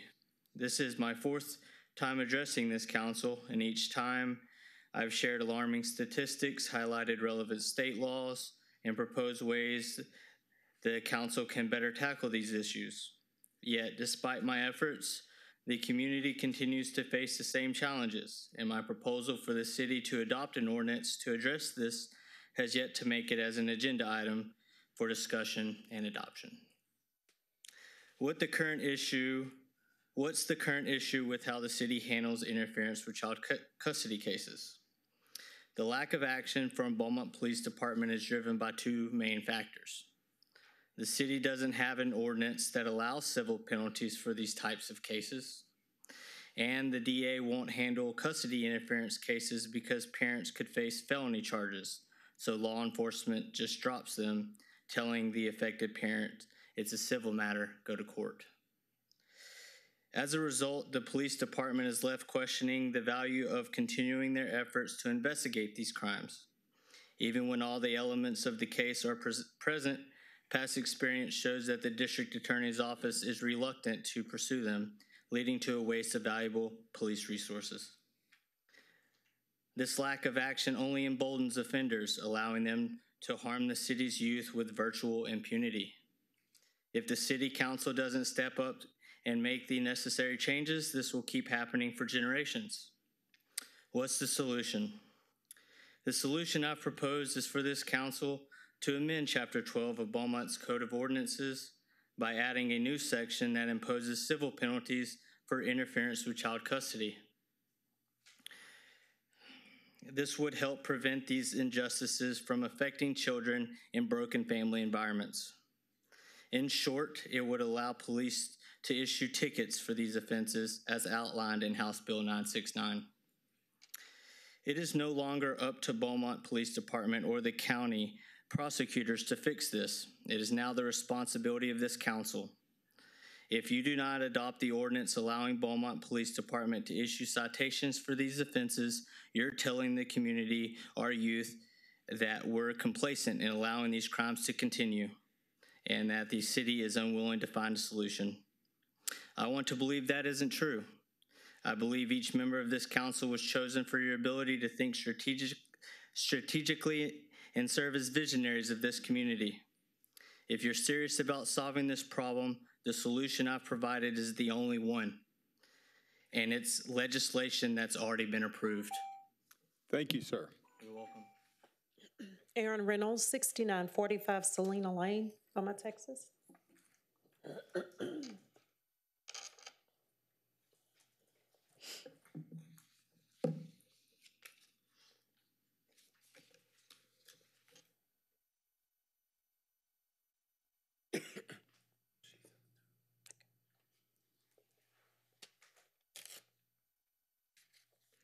My name is Aaron Reynolds. I reside at 6945 Salida here in Beaumont.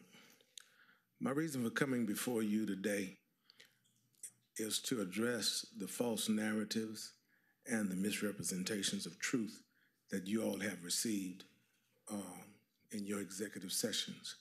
I'm not allowed to address you in your executive session, so this is my only way and opportunity to address what has been said and done in your session. The fire marshal has colluded with Four Corners Plumbing. The fire marshal interacted with Four Corners Plumbing that did not even pull a permit to work on my project. I did a request on the Freedom of Act information to confirm that. The fire marshal sent a letter to the State Board of Plumbing supporting Four Corners Plumbing when I filed a complaint. I did a request on the Freedom of Information Act and have yet to receive the information as to who has did a request for 3680 Maida Road. The fire marshal also colluded with Home Service Authority in the issuing of a stop work order. Do the request on the pre-development meeting on March 7, 2024, and the plumbing permits by John Rock and Four Corners Plumbing, and then do a request as to who did a Freedom of Information request on 3680 Maida Road. Pull the phone records of the fire marshal and those in his department, and you will discover that there has been conversations being held with Four Corners Plumbing as well as Home Service Authority that the fire marshal had no business even talking to. Now, in the packet that you all have received, there is an email, and it's marked Exhibit number 7. And this is an email that I received telling me that I could not protect my investment. And this email is from Bo Hansen, and it says, "Good morning, Mr. Reynolds. As we have stated repeatedly since our meeting last week, there are 4 items to complete before we can reopen your permits. You are correct in stating that 3 of the 4 are complete. The 4th item to be completed is fire protection. Until this is done, we will not lift the stop work order. To be clear, though the 4th item still allows you to work, the work is simply limited to what the fire department has requested of you. I apologize if this is causing confusion." Now, this email solidifies the fact that the fire marshal, well, read the packet. Thank you, sir. That's all I have, Mayor. All right, thank you for the public comments. This time, may I have a motion for the approval of the consent agenda? Move to approve the consent agenda. It's been moved and seconded for the approval of the consent agenda. Is there any discussion? Councilman Getz?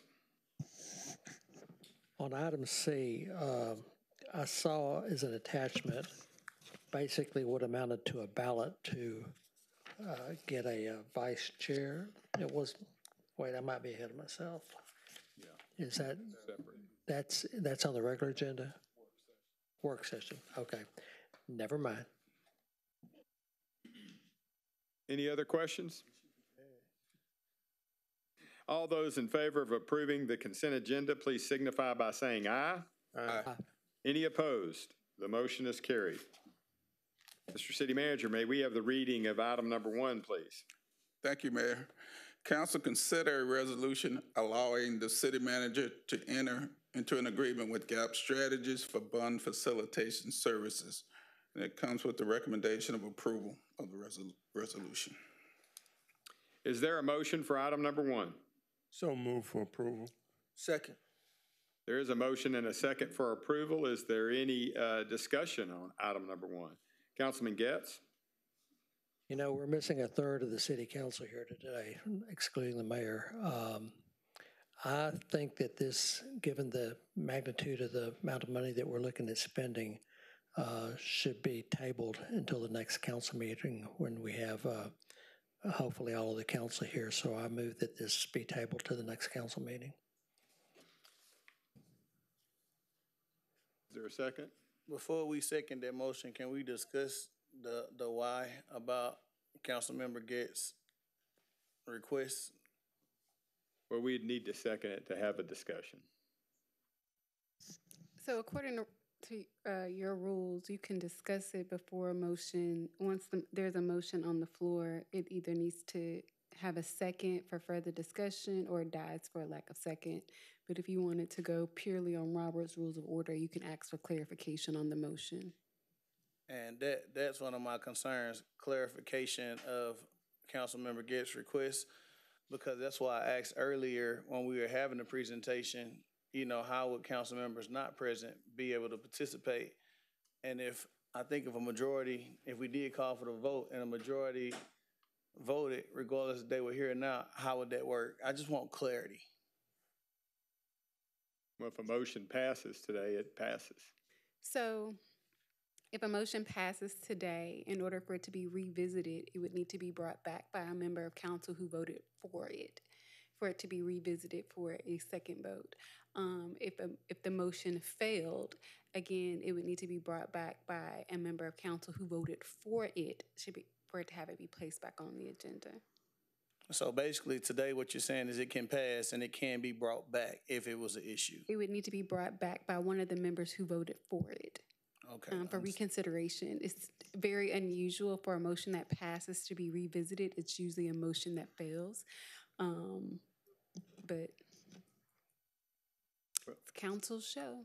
Well, and for clarity, this is something, I know I've been on council for 21 months and we've been looking at this coming up, and we've certainly been looking at it this past year. So it's really not a surprise that we're bringing it up.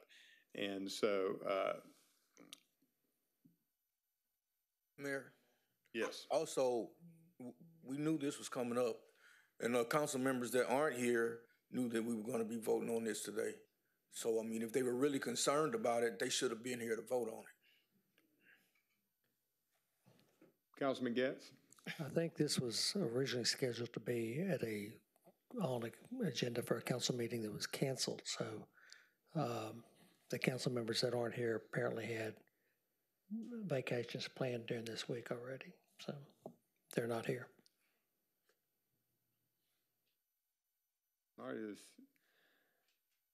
motion didn't get a second, so any discussion on, any other discussion on item 1?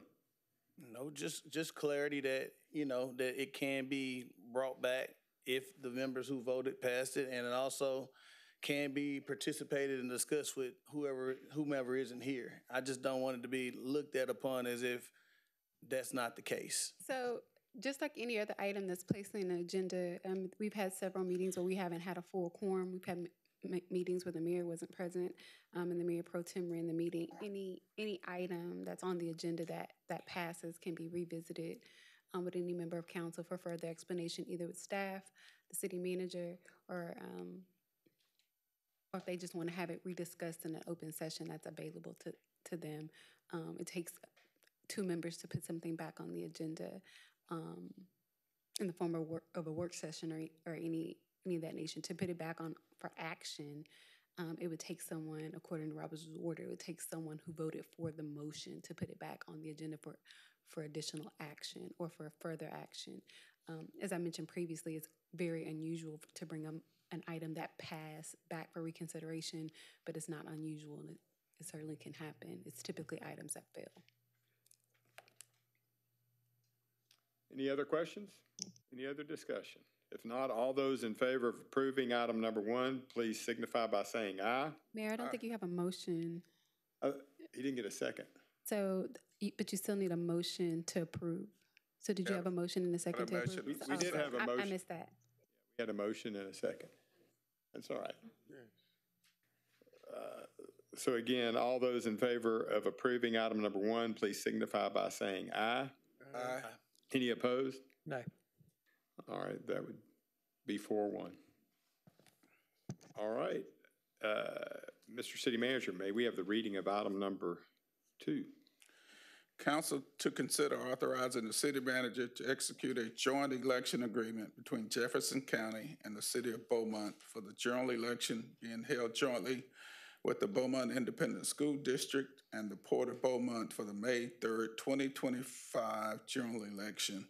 And it comes with the recommendation of approval. Is there a motion for item number 2? Move to approve the resolution. Second. There's a motion and a second for approval of item number 2. Is there any discussion? All those in favor of approving item number 2, please signify by saying aye. Aye. Any opposed? The motion is carried. Mr. City Manager, may we have the reading of item number 3? Council consider a resolution supporting KCG development, a proposed housing tax credit project located at 5695 Concord, acknowledging that Beaumont has more than twice the state average of units per capita supported by tax credits, affirming that the proposed project affirmatively furthers fair housing and offering express support for the project and a commitment of funding in the form of a fee waiver not to exceed $500. And it comes with the recommendation of approval. Is there a motion for item number 3? So move for approval. Second. There is a motion and a second for approval of item number 3. Is there any discussion? All those in favor of approving item number 3, please signify by saying aye. Aye. Any opposed? No. The motion passes.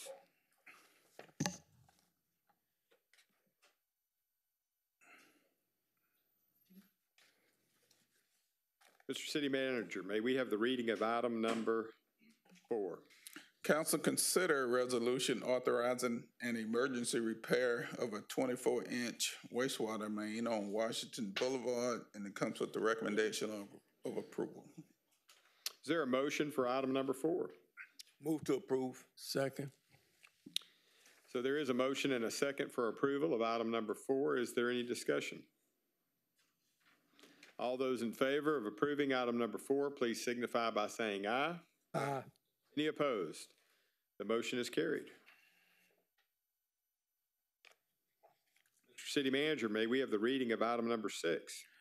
Council consider a resolution approving the issuance of bonds by Beaumont Housing Authority to Foothill Affordable Housing Foundation, Inc., to acquire, rehabilitate, and improve the Cypress Bend Apartments and Cypress Bend Village Apartments. And it comes with the recommendation. I'm sorry, you're reading the correct one. Okay, and it comes with the recommendation of approval. I inadvertently said 6. It was 5 that needed to be read. So well, we are on item 5 for clarity. Item 5. So is there a motion for item number 5? Move to approve. Is there a second? Second. There is a motion and a second for approval of item number 5. Is there any discussion? Councilman Turner? Can staff just kind of explain the difference in this particular item versus some of the other ones we see in the past? Yes, sir. So this one's a little bit different than the prior one, which was a housing tax credit project. That is a different program which goes through the state's TDHCA, which again, council has to bless. This one is, and we do have Allison Landrum's executive director with Beaumont Housing Authority and Jennifer Gregory, and I think they also have some additional folks with them. This is essentially they are seeking approval or a blessing from the city council to make this financing happen to rehab this complex. But it's not putting the city under any obligation. It's simply seeking our blessing for this project. Really the financing of the project, because it is an existing complex.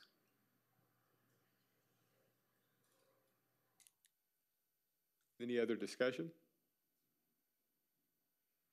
All right, all those in favor of approving item number 5, please signify by saying aye. Aye. Any opposed? The motion is carried.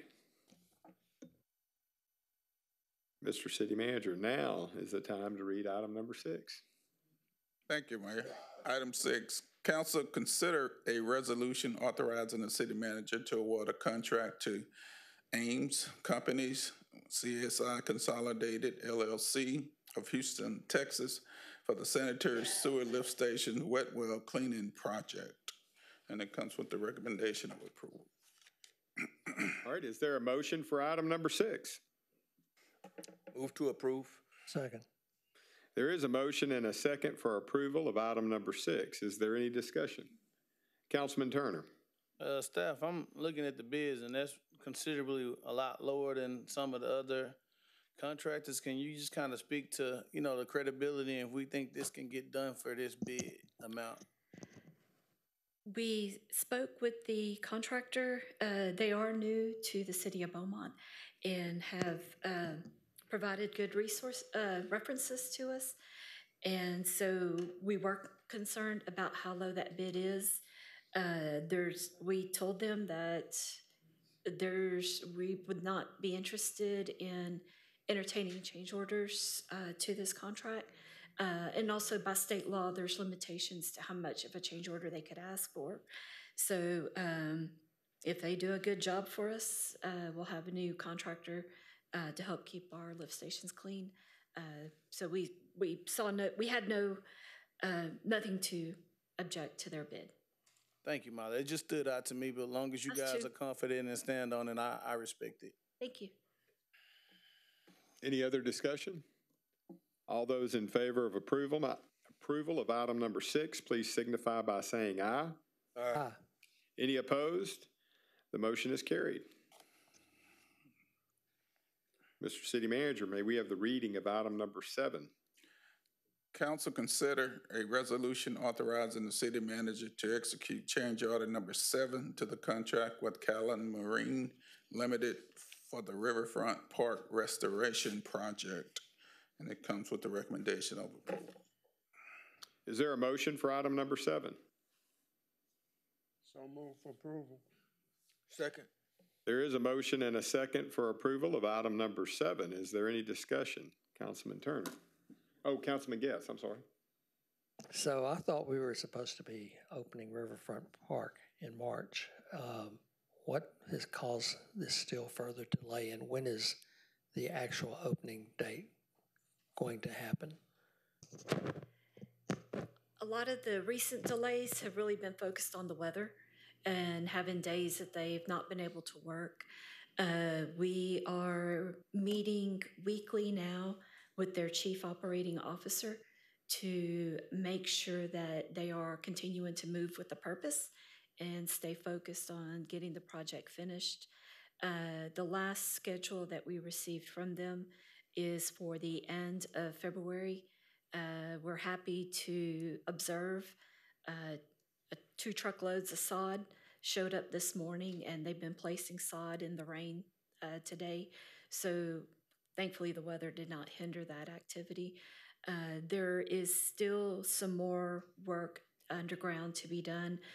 If you'll recall, that site has been active for about 150 years as a former sawmill.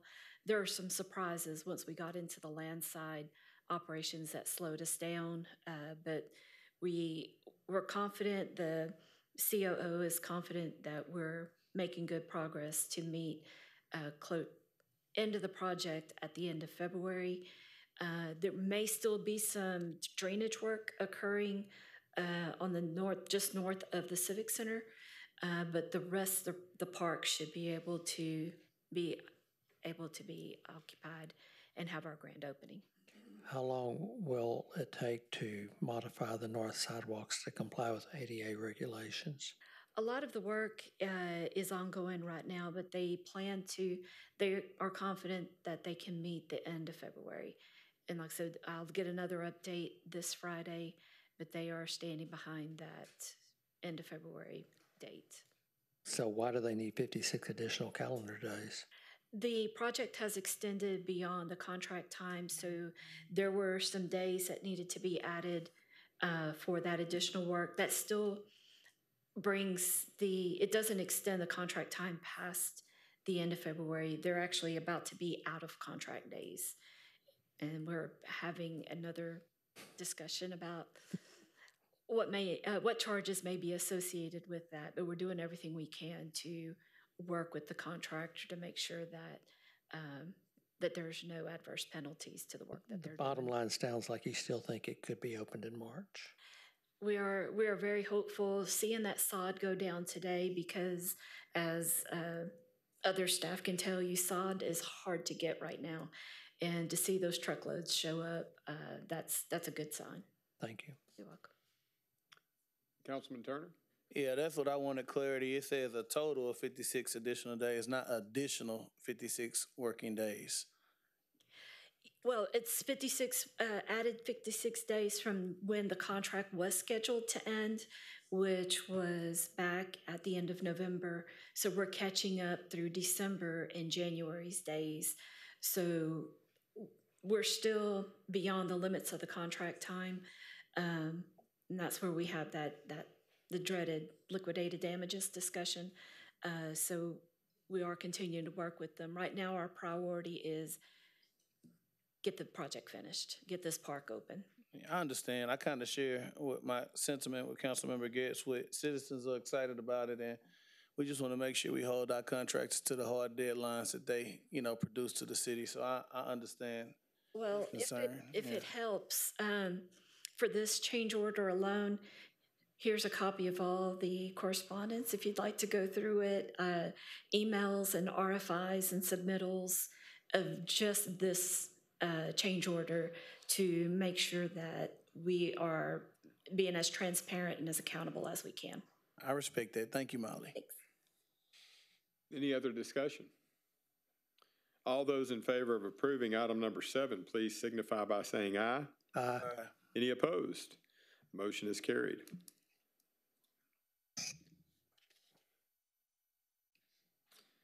Mr. City Manager, may we have the reading of item number 8?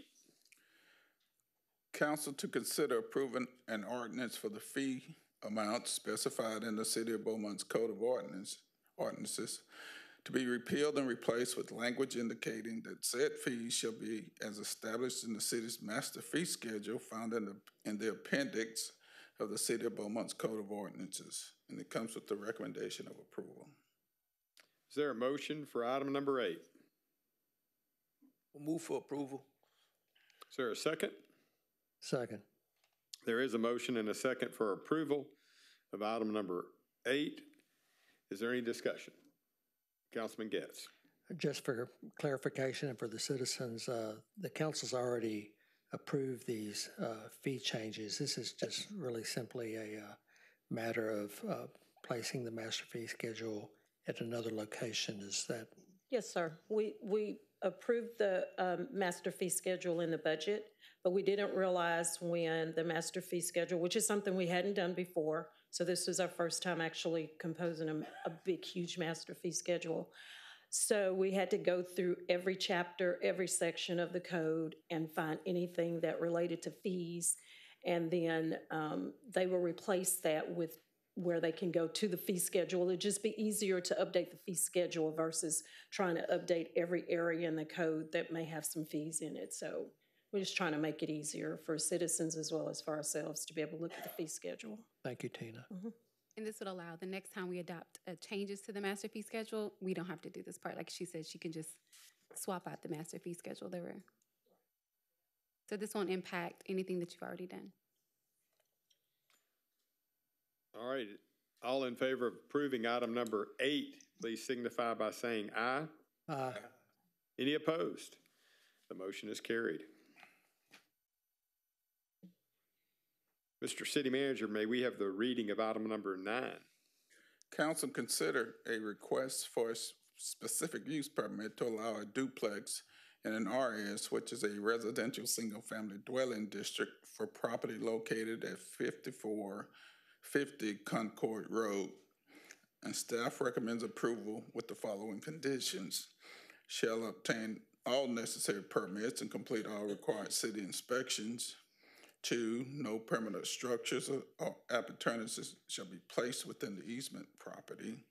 And 3, construction plans shall comply with all applicable fire and building code requirements. And at a joint public hearing on January 27, 2025, the Planning Commission recommended 4-1 to deny. But it comes with the recommendation of approval with the conditions. All right, is there a motion on item number 9? So moved to approve.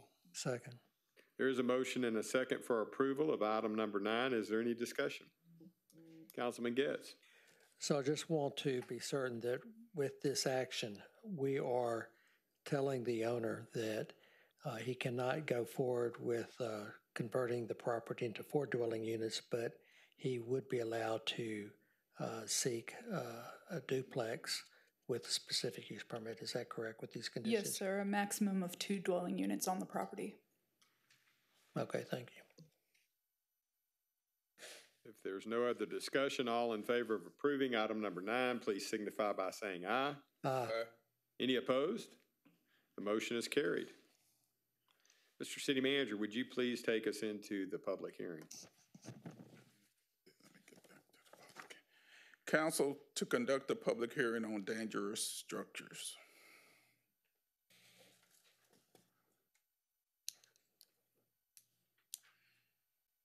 Public hearing is now open. Sorry about that.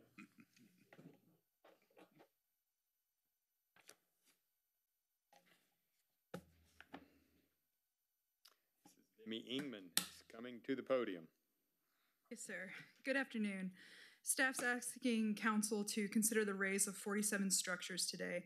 A structure is considered for demolition when it is deemed unsafe, structurally unsound, or poses a risk to public health and safety due to neglect, damage, or code violations.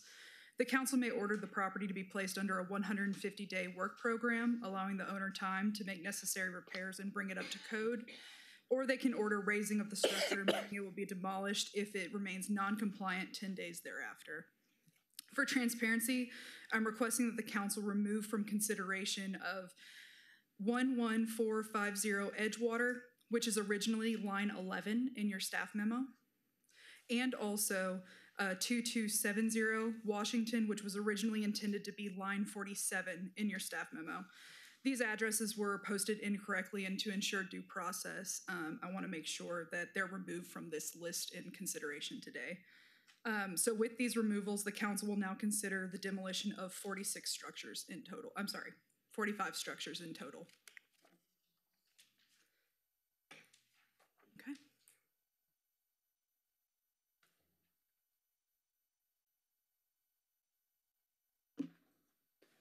We have anybody signed up? So we have 4 people.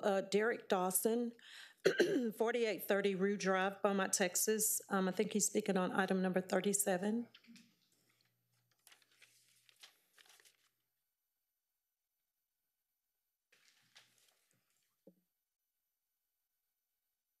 Good evening, Council. I'm the owner of 4830 Rue Drive. My home sustained a fire about a year ago, and been battling with the insurance companies ever since, and it's been a little battle with that. However, I would like to, for you guys to consider not demolishing the property and giving it a little bit more time to complete it. Anybody have any questions? All right, thank you, sir.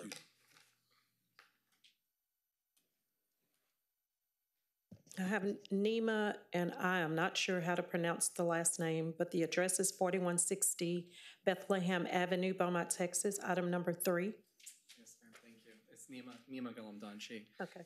I'm the owner of 4160 Bethlehem. When I purchased the structure, it was suffering from severe termite damage. It was vandalized. They stole all the copper plumbing, all of the electrical wire throughout. The rear of the structure was leaning and like almost falling down. I had to complete an extensive rehaul and remodel of the property. We had to take all the exterior siding off, take all the sheathing off, replace all the 2x4s with pressure treated lumber one by one throughout the entire first floor, second floor, and the garage. We put all new sheathing up. We put all new waterproof 50-year hardy plank siding, all new double pane windows, all insulated steel aluminum doors. What do you call it? We treated for termites at the completion of the reframe, and then also a second time at the completion of the sheathing and siding, preventative measure. The entire envelope of the structure is rebuilt and secure. Only about 5% of soffit trim needs to be replaced. Entire exterior is also fully repainted. It's a beautiful property. I did reboard up the windows and doors. We did suffer a break-in in October of 2024. Somebody broke in and stole some new electrical wire. We are 25% through the rough-in status of the re-electric. We passed the plumbing top-out inspection, so the plumbing says we're good to go on insulation and sheetrock. Right now, we're just working on that 25 to 100% of the rough-in on electrical, and then I can insulate sheetrock, and we can just rock and roll from there. It's been a little bit of a setback, but my goal is to have the rough-in completed in the next 30 days. I intend to have the insulation completed at the end of March is my schedule. And then at the very beginning, the first 2 weeks of April, I'd like to do all the sheetrock. And then I have to do the third-party thermal inspection for eco-green friendly, I'm aware of. And I plan to wrap this up by this summer. So I respectfully request for to be re-entered into the work program and for my permits to all be extended. They all expired yesterday because of today's hearing. That is all. Thank you very much. Thank you, sir.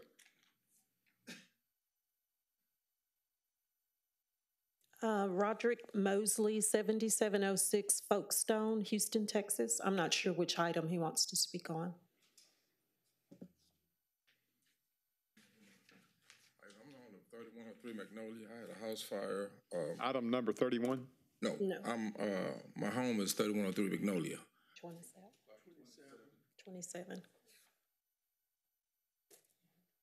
Go ahead. Continue. Okay, I recently had a fire. I live in Houston, so I didn't know anything about it. I was told I had to come here today to see if I can get time to repair it. Basically, I had a fire. Well, it wasn't a fire. Someone, I guess, was trying to get the cold, broke in my house, and I had a fire on one wall. It didn't do any damage to my electrical or anything like that, but it's just on one wall. So I would like to have time to repair it, whether it's get into a program or whatever. This is my first time, so I'm really not familiar with it, but it is repairable, and I would just like a chance to repair my home. All right, thank you, sir. All right, thank you. And Joshua Bryce, 5720 Derby Lane, Beaumont, Texas. I'm not sure which item.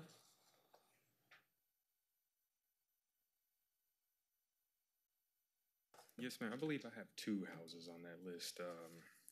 1578 Texas and 6260 Pansy. Pansy is number 32, and I'm sorry, what was that other one? 1578 Texas. 44. Yes, we are just asking for a little bit more time to fix these properties. We had one house fire on the Pansy property, and then Texas was I was just recently notified of that one. We did some repairs a couple months back on that house. I do have photos of other properties that were red tagged that we have taken care of, and one of them we got our CO for in October. The other one we'll have our final inspections next week, if you guys would like to see them.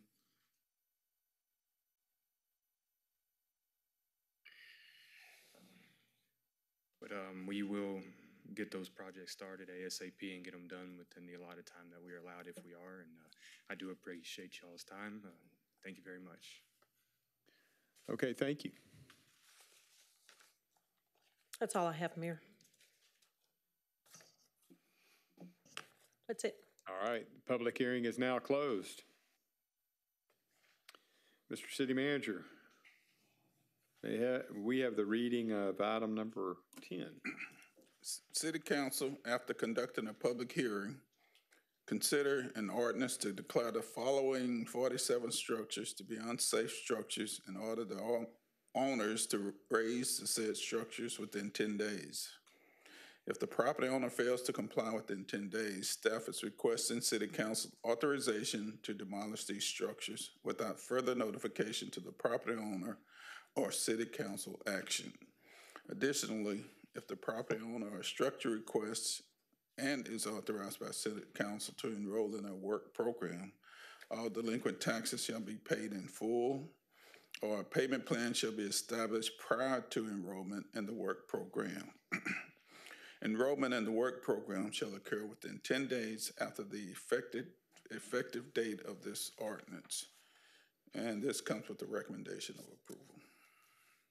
Okay, is there a motion for item number 10?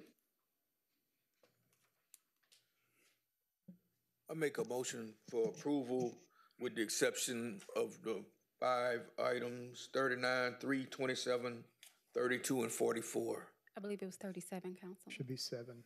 37, 27, Okay, 37. 32, 37, and 44. Okay, so there is a motion with removing the 5 numbers 37, 3, 27, 44, 32. Yes, 3, 27, 32, 37, 44. Do we also need to add 11 and 47? No, because those were pulled. Okay. They were pulled. Then I second. All right, there is a motion and a second for approval of item number 10 with the amendments, changes. Is there any discussion? Councilman Turner. Just for citizens who didn't make it today who might be on this list, can you talk about next steps if they did not show up today? Yeah, they definitely need to get in contact with us ASAP. I know that my demolition coordinator, Silas Clutter, he's been working hard to get in touch with these property owners. So if he's not been able to make contact, then they need to reach out ASAP. Thank you. And just to clarify, if they don't contact us, the city will move forward with demolishing the structure. And they might move forward anyway. We just, we need to hear from you, as Ms. Ingman mentioned immediately, but they will be demolished if not.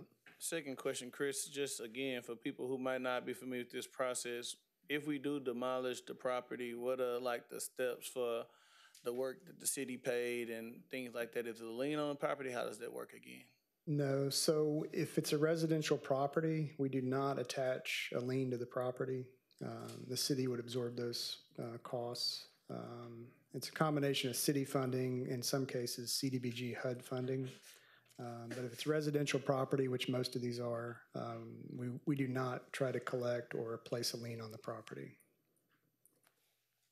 If it's commercial though, just so that everybody's aware, if it is commercial property, then we would send the owner a bill. And if the bill's not paid, then we would attach a lien to that property. Thank you. All right, Councilman Durio. Mayor, could we, because a couple of folks that came up and spoke said they had never been through this before. So can we tell them what happens now as far as extensions for the 5 properties that we pulled off the demolition list? Oh, for the 5 that were removed? Mm. Yeah, so for the 5 that were removed, they have the option to enter into a 150-day work program. So correct me if I'm wrong, if that needs to be voted on today, or if that by removing them, they now have that option. So the motion was to remove them from the demolition, so that it's assumed that they will enter into the work program to do that. Okay. So all they have to do is now contact us, and we will also try to contact them to enter into that work program within the 10-day time frame. And to elaborate from there, they will get their permits and they have to complete the work and bring the structure up to code within 150 days. Okay. Any other discussion? All those in favor of approving item number 10, please signify by saying aye. Aye. Any opposed? The motion is carried. Mr. City Manager, would you please take us into the work session?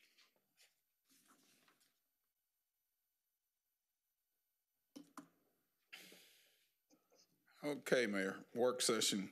Council to review and discuss appointing a vice chairman to the advisory board of the Beaumont Convention and Visitors Bureau, and the vice chairman would also sit on the committee for the hotel occupancy grant process.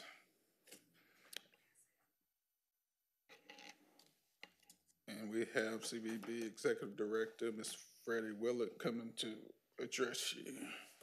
Good afternoon, Mayor, council members, city manager, and executive staff. We're here to ask for the appointment of the vice chair to the Beaumont Convention and Visitors Bureau Advisory Board. Not only do they resume the duties when the chairman is not there, but as read, they also sit on the committee for the hotel occupancy tax grant, one of which that we're going to be reviewing come April 10th. So this appointment needs to go ahead and take place. Of course, you already know that the board members are appointed by city council members. There are 16 seats, which 15 are already filled. Not only does the bylaws state that the chair and vice chair should be appointed by the city council, but there's an audience in place as well. It is included in your handouts. It's a highlighted area that you can review. I've provided a complete list of our board members for you to review as well. We've done some of the legwork for you. We surveyed our board members to check for their availability and desire to sit on the board as the vice chair. All of the duties were reviewed with them. 3 board members stepped up and expressed interest in chairing. On January 16th, the board took a vote. 10 members were present. 1 individual received 7 first-place votes. And I believe that information is included in your packets as well. We ask that you review the information and appoint the individual that the Beaumont CVB Advisory Board supported as vice chair. And then if this can be placed on the next agenda as a recommendation. All right, does anybody have any questions? Pretty clear, thank you for the information. Thank you so much.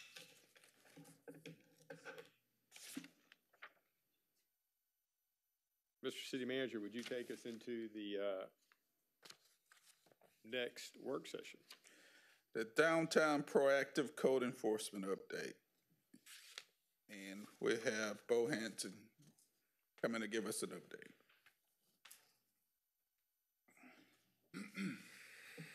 Good afternoon, Council, Mayor. Thank you for having me.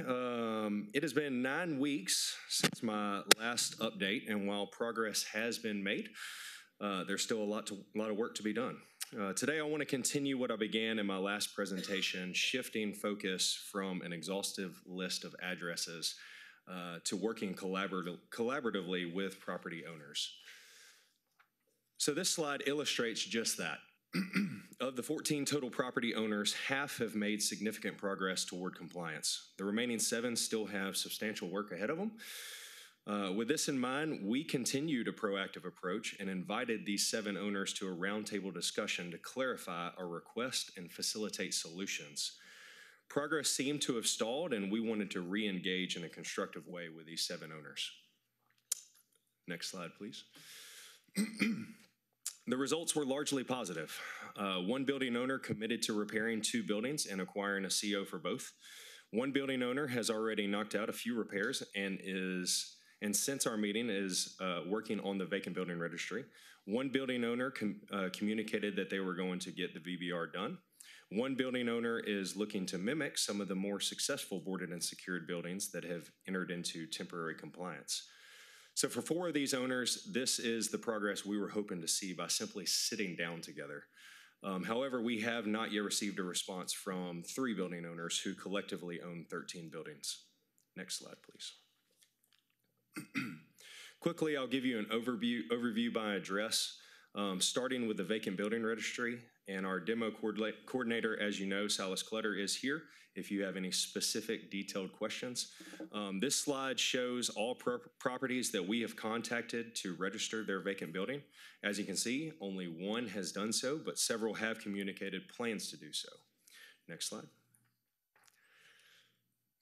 Here's a list of unsafe properties by address. I'll note that the addresses in this slide represent the 7 owners that we invited to sit down with us. Next slide, please. Here is a list of the other 7 owners' properties that are either completely compliant or very close to it. Next slide, please.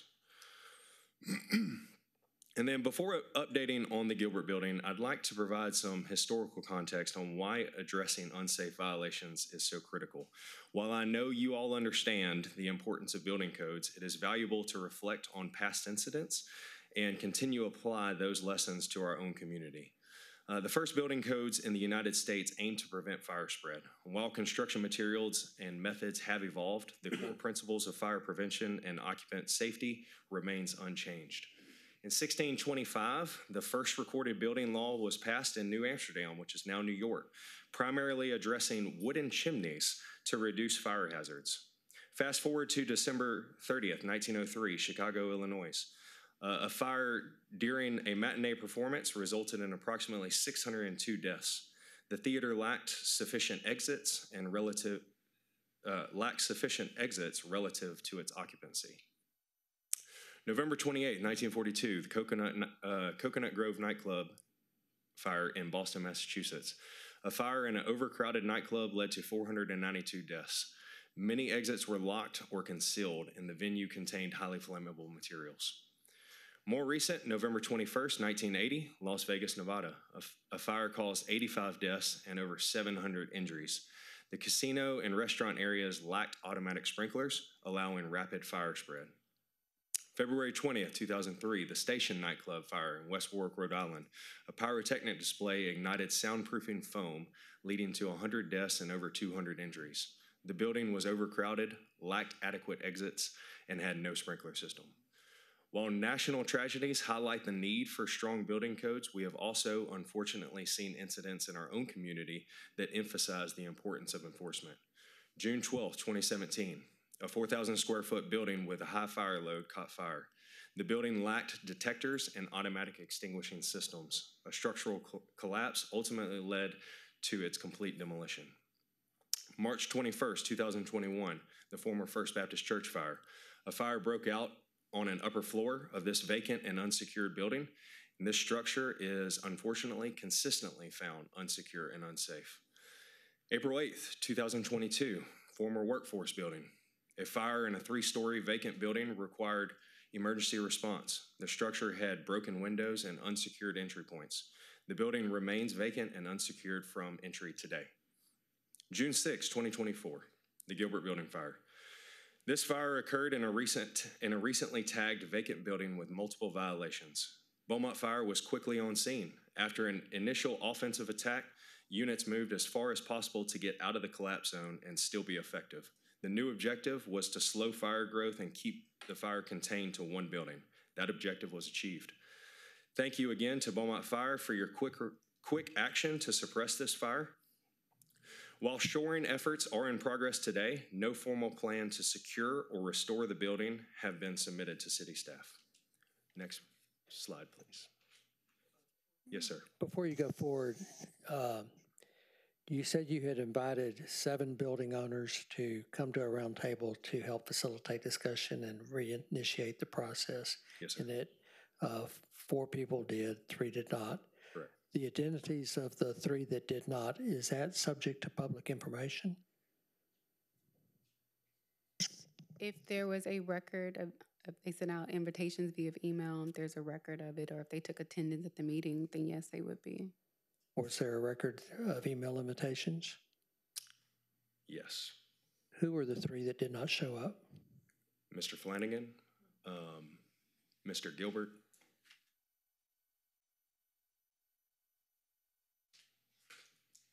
allow me to get back to you on that. Mr. Clutter will get that information for us. Thank you.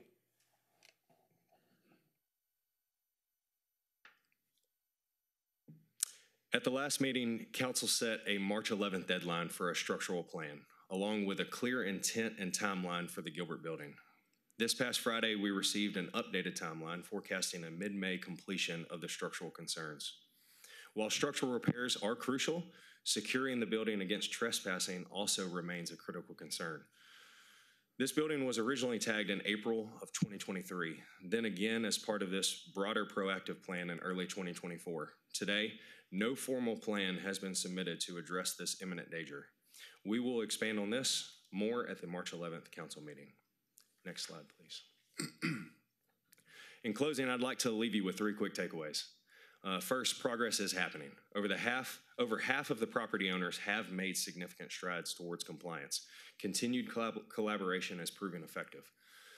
Second, safety is our priority. We all dream of more occupancy and an active downtown, but our first objective is protecting lives, both in and around these buildings.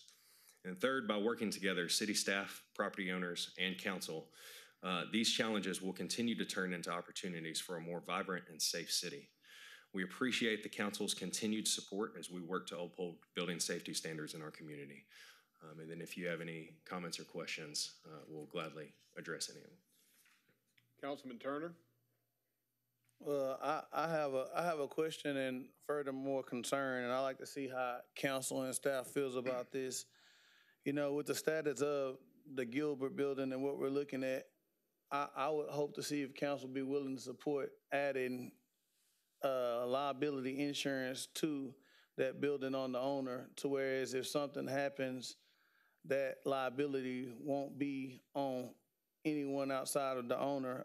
I think this is something that we're getting to a point where staff has said on multiple occasions that how they feel about it and the progress or lack of that we're making. I just think this is something that we can do to, you know, look at the overall safety and just make sure the city isn't any liability for that and hold the owner accountable, you know, for his building.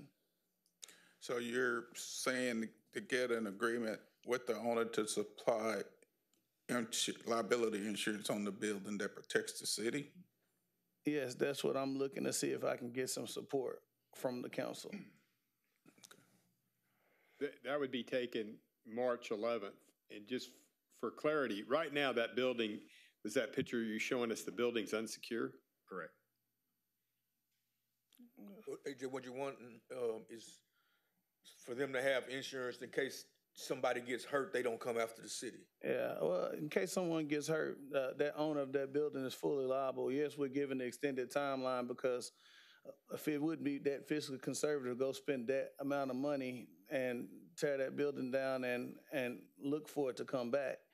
So in the meantime, we keep giving extending time, but I think at this point, you never know what can happen with any weather incident. We're thankful that it hasn't, but we need to have some type of, you know, stipulations in there that the city will not be responsible whatsoever, and it needs to be on the owner. So wasn't his, I thought his deadline was in April. Now did they ask for an extended deadline or what? So if I can, Mayor, their deadline to be complete with repairing the ceiling walls, windows, et cetera, floors was April 23rd. And they're due back before you March 11th to provide a status report. I will say that earlier today we received a request from their engineer to extend their deadline into May. But again, staff doesn't have the authority to do that. They would have to bring that request back to council at the March 11th meeting, which again might give us some time to explore the insurance question. Well, I'm gonna have a hard time extending time if we don't get any security as far as the city. You know, so it's gonna be hard for me to continue moving forward if I don't see that happen, just to put it out there and be completely transparent. Sir. Councilman Getz? This is for the city attorney.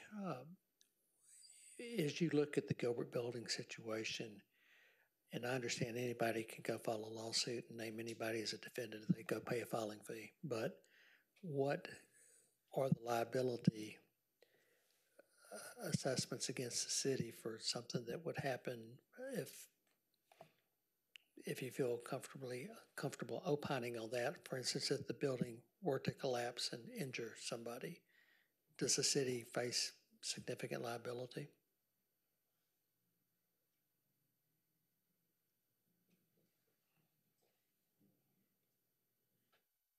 I'd rather answer that privately if you don't mind. That'd be fine.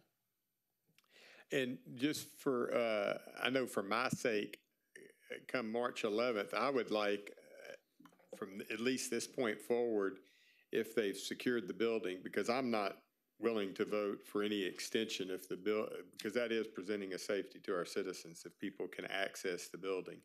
And if they're not doing a good job of keeping the building secured from people getting in there. So if y'all can give an update to see if they've made any progress on that, that would be important to me. Yes, sir. Bo, Councilman Getz had originally asked for the 3 property owners. Did you have that information? Yes. It's Mr. Richard, the building across from Municipal Court. We went back and forth to determine who that owner actually was, and eventually got to it was Mr. Richard. And so in his defense, he is relatively new, but nevertheless, he was invited to that meeting. Okay, thank you. Anything else? Does council have anything?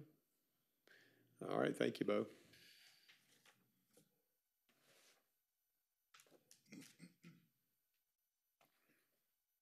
Now's the time for council member comments, and I'm going to start with Councilman Durio. Thank you, Mayor. One thing I have, Harvest for Lost Souls Church at 3395 Highland is having a community cleanup Saturday. It's supposed to show up like from 9:30 to 12:30. If anybody wants to go and help out. That's all I have. Thank you, sir. Councilman Getz? There's a house on Armstrong that has already been declared a public nuisance by this council. It's a hoarder situation. The city went in after all due process was exhausted and hired a contractor to clean it up. It cost us $5,000 to do so. The bill was sent to the property owner. He's ignored it and is now bringing more loads of trash and debris that sits in the front yard of this property. The neighbors are just at their wits' end.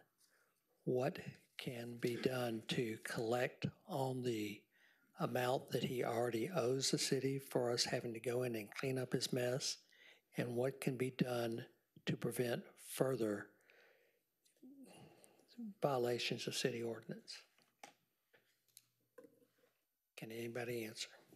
So we place a lien on the property after we clean it up. That's included in the court order. We do send an invoice and try to collect, but the court order does allow us to place a lien on the property. In the latest orders, we've started putting in a declaratory judgment action, so it does allow us to kind of go back to the judge and say, hey, the property hasn't been maintained, you know, and give us permission to re-enter the property and close it without having to go through the full lawsuit process again. It's an open order, so we don't really need to bring that back to council. We consider that still an open case. We are aware of the situation, and so we're working in that area for next steps. Thank you. Anything else, Councilman Getz? And Councilman Durio, you're using your extra. Yeah. I just want to know situation on Bob Street. They were supposed to go back out there today and see if the car was still parked on that property, and if not, we're gonna get it towed. They were due to go back out today, so we can get you a report this afternoon on what they found. I know that guy's been in court, but they ignoring whatever the judge say, because they keep going back and they're still working on cars. And I get calls from neighbors, well, one particular neighbor, at least 2 or 3 times a week, because the guy's running an auto shop out of his backyard. He's living in a shed. And he was also supposed to get a search warrant to see if they was running electricity to that shed. Has any of that been done yet? We can get you a report on that. I do know that the case has been to court, I think, multiple times. I think the owner or the occupant failed to appear, and I think a warrant was issued and executed against the individual. Are you talking about the owner or the guy that's working on the tenant? The legal owner is deceased, so I believe it's the tenant. It's the tenant, and then also we've found the heir to the property, so we've been trying to work with him to abate the issue, although it's not been abated at this point, but I do need to check on the status of the warrant, and I'll try to coordinate with the police chief to do so. You know, if they drove out there right now, the guy's probably in their backyard working on cars. And then they have some of the neighbors that own some property there, they wanting to. He already built a house there, and he had a hard time selling it because of the guy across the street with the mechanic shop. And he has other property that he's trying to sell, and same thing. You know, people get they want to develop that property, but when they go out there and look at it, and they look across the street, and you see this guy got cars lined up on the side of the road and in the backyard, you know. Yes, sir.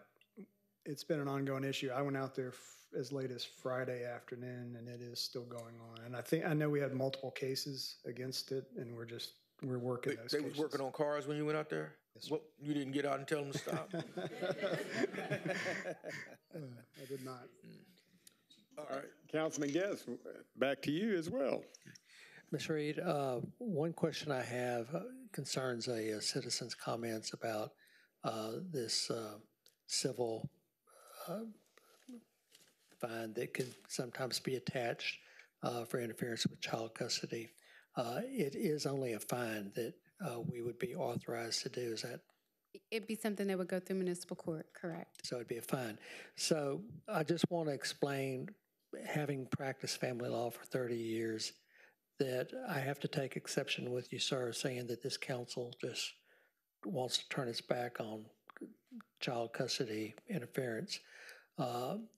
When that happens, the law allows for it to be filed in civil court and family court. And if someone is interfering with child custody, the family law judges take that very seriously, and they will be ordered to appear. And if they don't comply, they will be potentially cited for contempt, which can include incarceration, which is a much more serious outcome than paying a mere fine. So to me, if they're not doing what they're ordered to do, and they do so in the risk of being incarcerated, I don't think a fine is going to have any effect on them. So rather than burden our municipal judge with that, I think that the system is now adequate as it is in place. And if you want to visit with me sometime privately, I'd be glad to talk to you further about that. Councilman Turner. Yes, I'm glad you did stay to the end of the meeting, because I know I've emailed you before in reference to it. And I do think it's important that we can connect you with a staff member so you guys can have a conversation in reference to what you're looking to do. I am concerned, especially when it has anything to do with children, but I would rather the professionals on our staff deal with that, who actually will bring that information to us and do whatever presentation. So I am saying it openly. I like to get with you and maybe connect you with the proper person. Prior to us leaving the chambers, I'll come down and see you today. My second thing was, it's an address, 2130 Sarah Street, Beaumont, Texas, 77705. This particular resident has contacted me multiple times, but I guess it's a neighbor who's not properly taking care of their property next to them. Our director, Miss Demi, I know you get a lot of things coming at you in multiple ways, but I'm just simply sharing what this neighbor, this citizen has came to me multiple times about. I probably take a phone call from her maybe once a week, so I just want to kind of share it, that it's happened over the last 2 weeks, and I told her I would speak to it at council, so it's on the record and you know what's going on. Yes, sir. Yeah, but outside of that, I appreciate staff. I appreciate what you guys do. I know it's not easy to do these things. And again, it's election season, so you know how things will probably be. So no point in beating around the bush or talking like it's not in existence. You guys, been through this before, and I just encourage you to keep working. I encourage this council to keep working, doing what's best for the citizens and not get caught up in politics, but let's just move the city forward. Thank you. Thank you, Councilman Turner. Nothing, Mayor. All right. Madam City Attorney. Yes, I'd just like to offer condolences to the Broussard family on the loss of their patriarch. Leonard Broussard died over the weekend. He was probably one of the best cooks this city ever had the opportunity to eat from his table, and he's been a huge loss to the city. Public Works. Nothing, Mayor. No. Just wanted to thank Bo Hansen, Deputy Building Official, for coming up and giving this presentation. I know some of it was a bit of a timeline of history, and I just want to refocus that the reason we are focusing on codes is that it does pose fire issues. It does pose life safety issues. So not only was there downtown revitalization talk, but this is the key the key step to taking those steps towards revitalization, and that is number one, making sure that it is a safe place to walk freely in public places. And so I just wanted to refocus as to why we were highlighting these properties. Yeah, go ahead. Yeah, Demi, I mean, again, Ms. Eaglin, I think you guys have done a great job with that, but now I think it's to the point where just when you look at all the property owners who have actually participated and did what the city has requested, you have my full support to figure out the next solution to the ones who haven't. You have my full support, I'm saying it openly, to make sure we hold them all to the same accountability and whatever suggestions you feel like we need to do next to move forward. I'm just letting you know you have my support. Mr. City Manager? I'd just like to offer my condolences to Tracy Kennick on the loss of her father. Yes. Thanks. All right, and we certainly all send prayers to Tracy and her family, the loss of her dad. I was back at Sterling Pruitt to check on parking, and they have a great basketball league there that about 300 kids participating with 3 dance teams and 3 cheerleading teams, and I can tell you that next year we're going to have to be looking at additional space, I think, because they are near capacity from firsthand view. And I thank Mr. Barton for coming and walking us through the bond process. And I know for the city, since it's been 42 years, but it's something new, but it's something that many cities do, and it's something that I know we've been talking about since I've been on council. So that's one reason I didn't see any point in pausing. And our code enforcement and downtown work that has been done, I just want to applaud you all.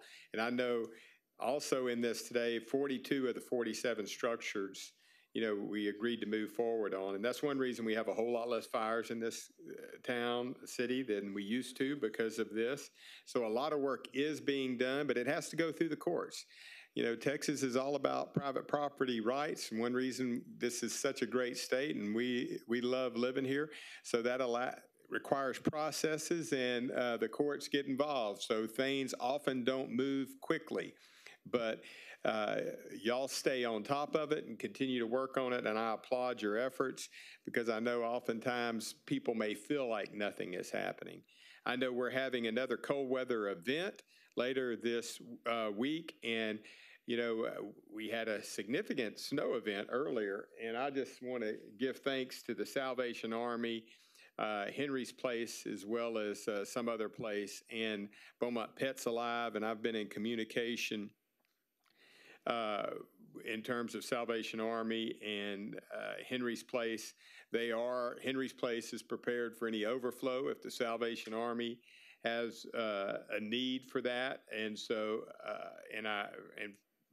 I just appreciate the general public reaches out. Those are 3 organizations that are feet on the ground, and I'm not saying other people aren't doing things. There are, but whenever I reach out when there's a problem with any of those areas, they're very responsive. So when people are looking for giving money or giving resources, these are all 501c3s that are doing significant work in our community. And when you see other people attempting to do this, they understand that they can come to the city and ask for additional resources. We ended up providing some cots to Henry's Place last time, and there wasn't a need for what we provided, but just to make sure. So there's a lot of work being done there, and I just applaud the 501c3s and our community, how they support those that are unstructured during these cold weather spells, as well as the animals. And I know as we wrap things up to go into recess, that's one of the items that animal shelters is something that's been discussed and would be on the bond. So, because people would like for us to add one, and they're not inexpensive. So that is the type of dialogue that allows us to continue to have. And with that, we'll now recess into executive session.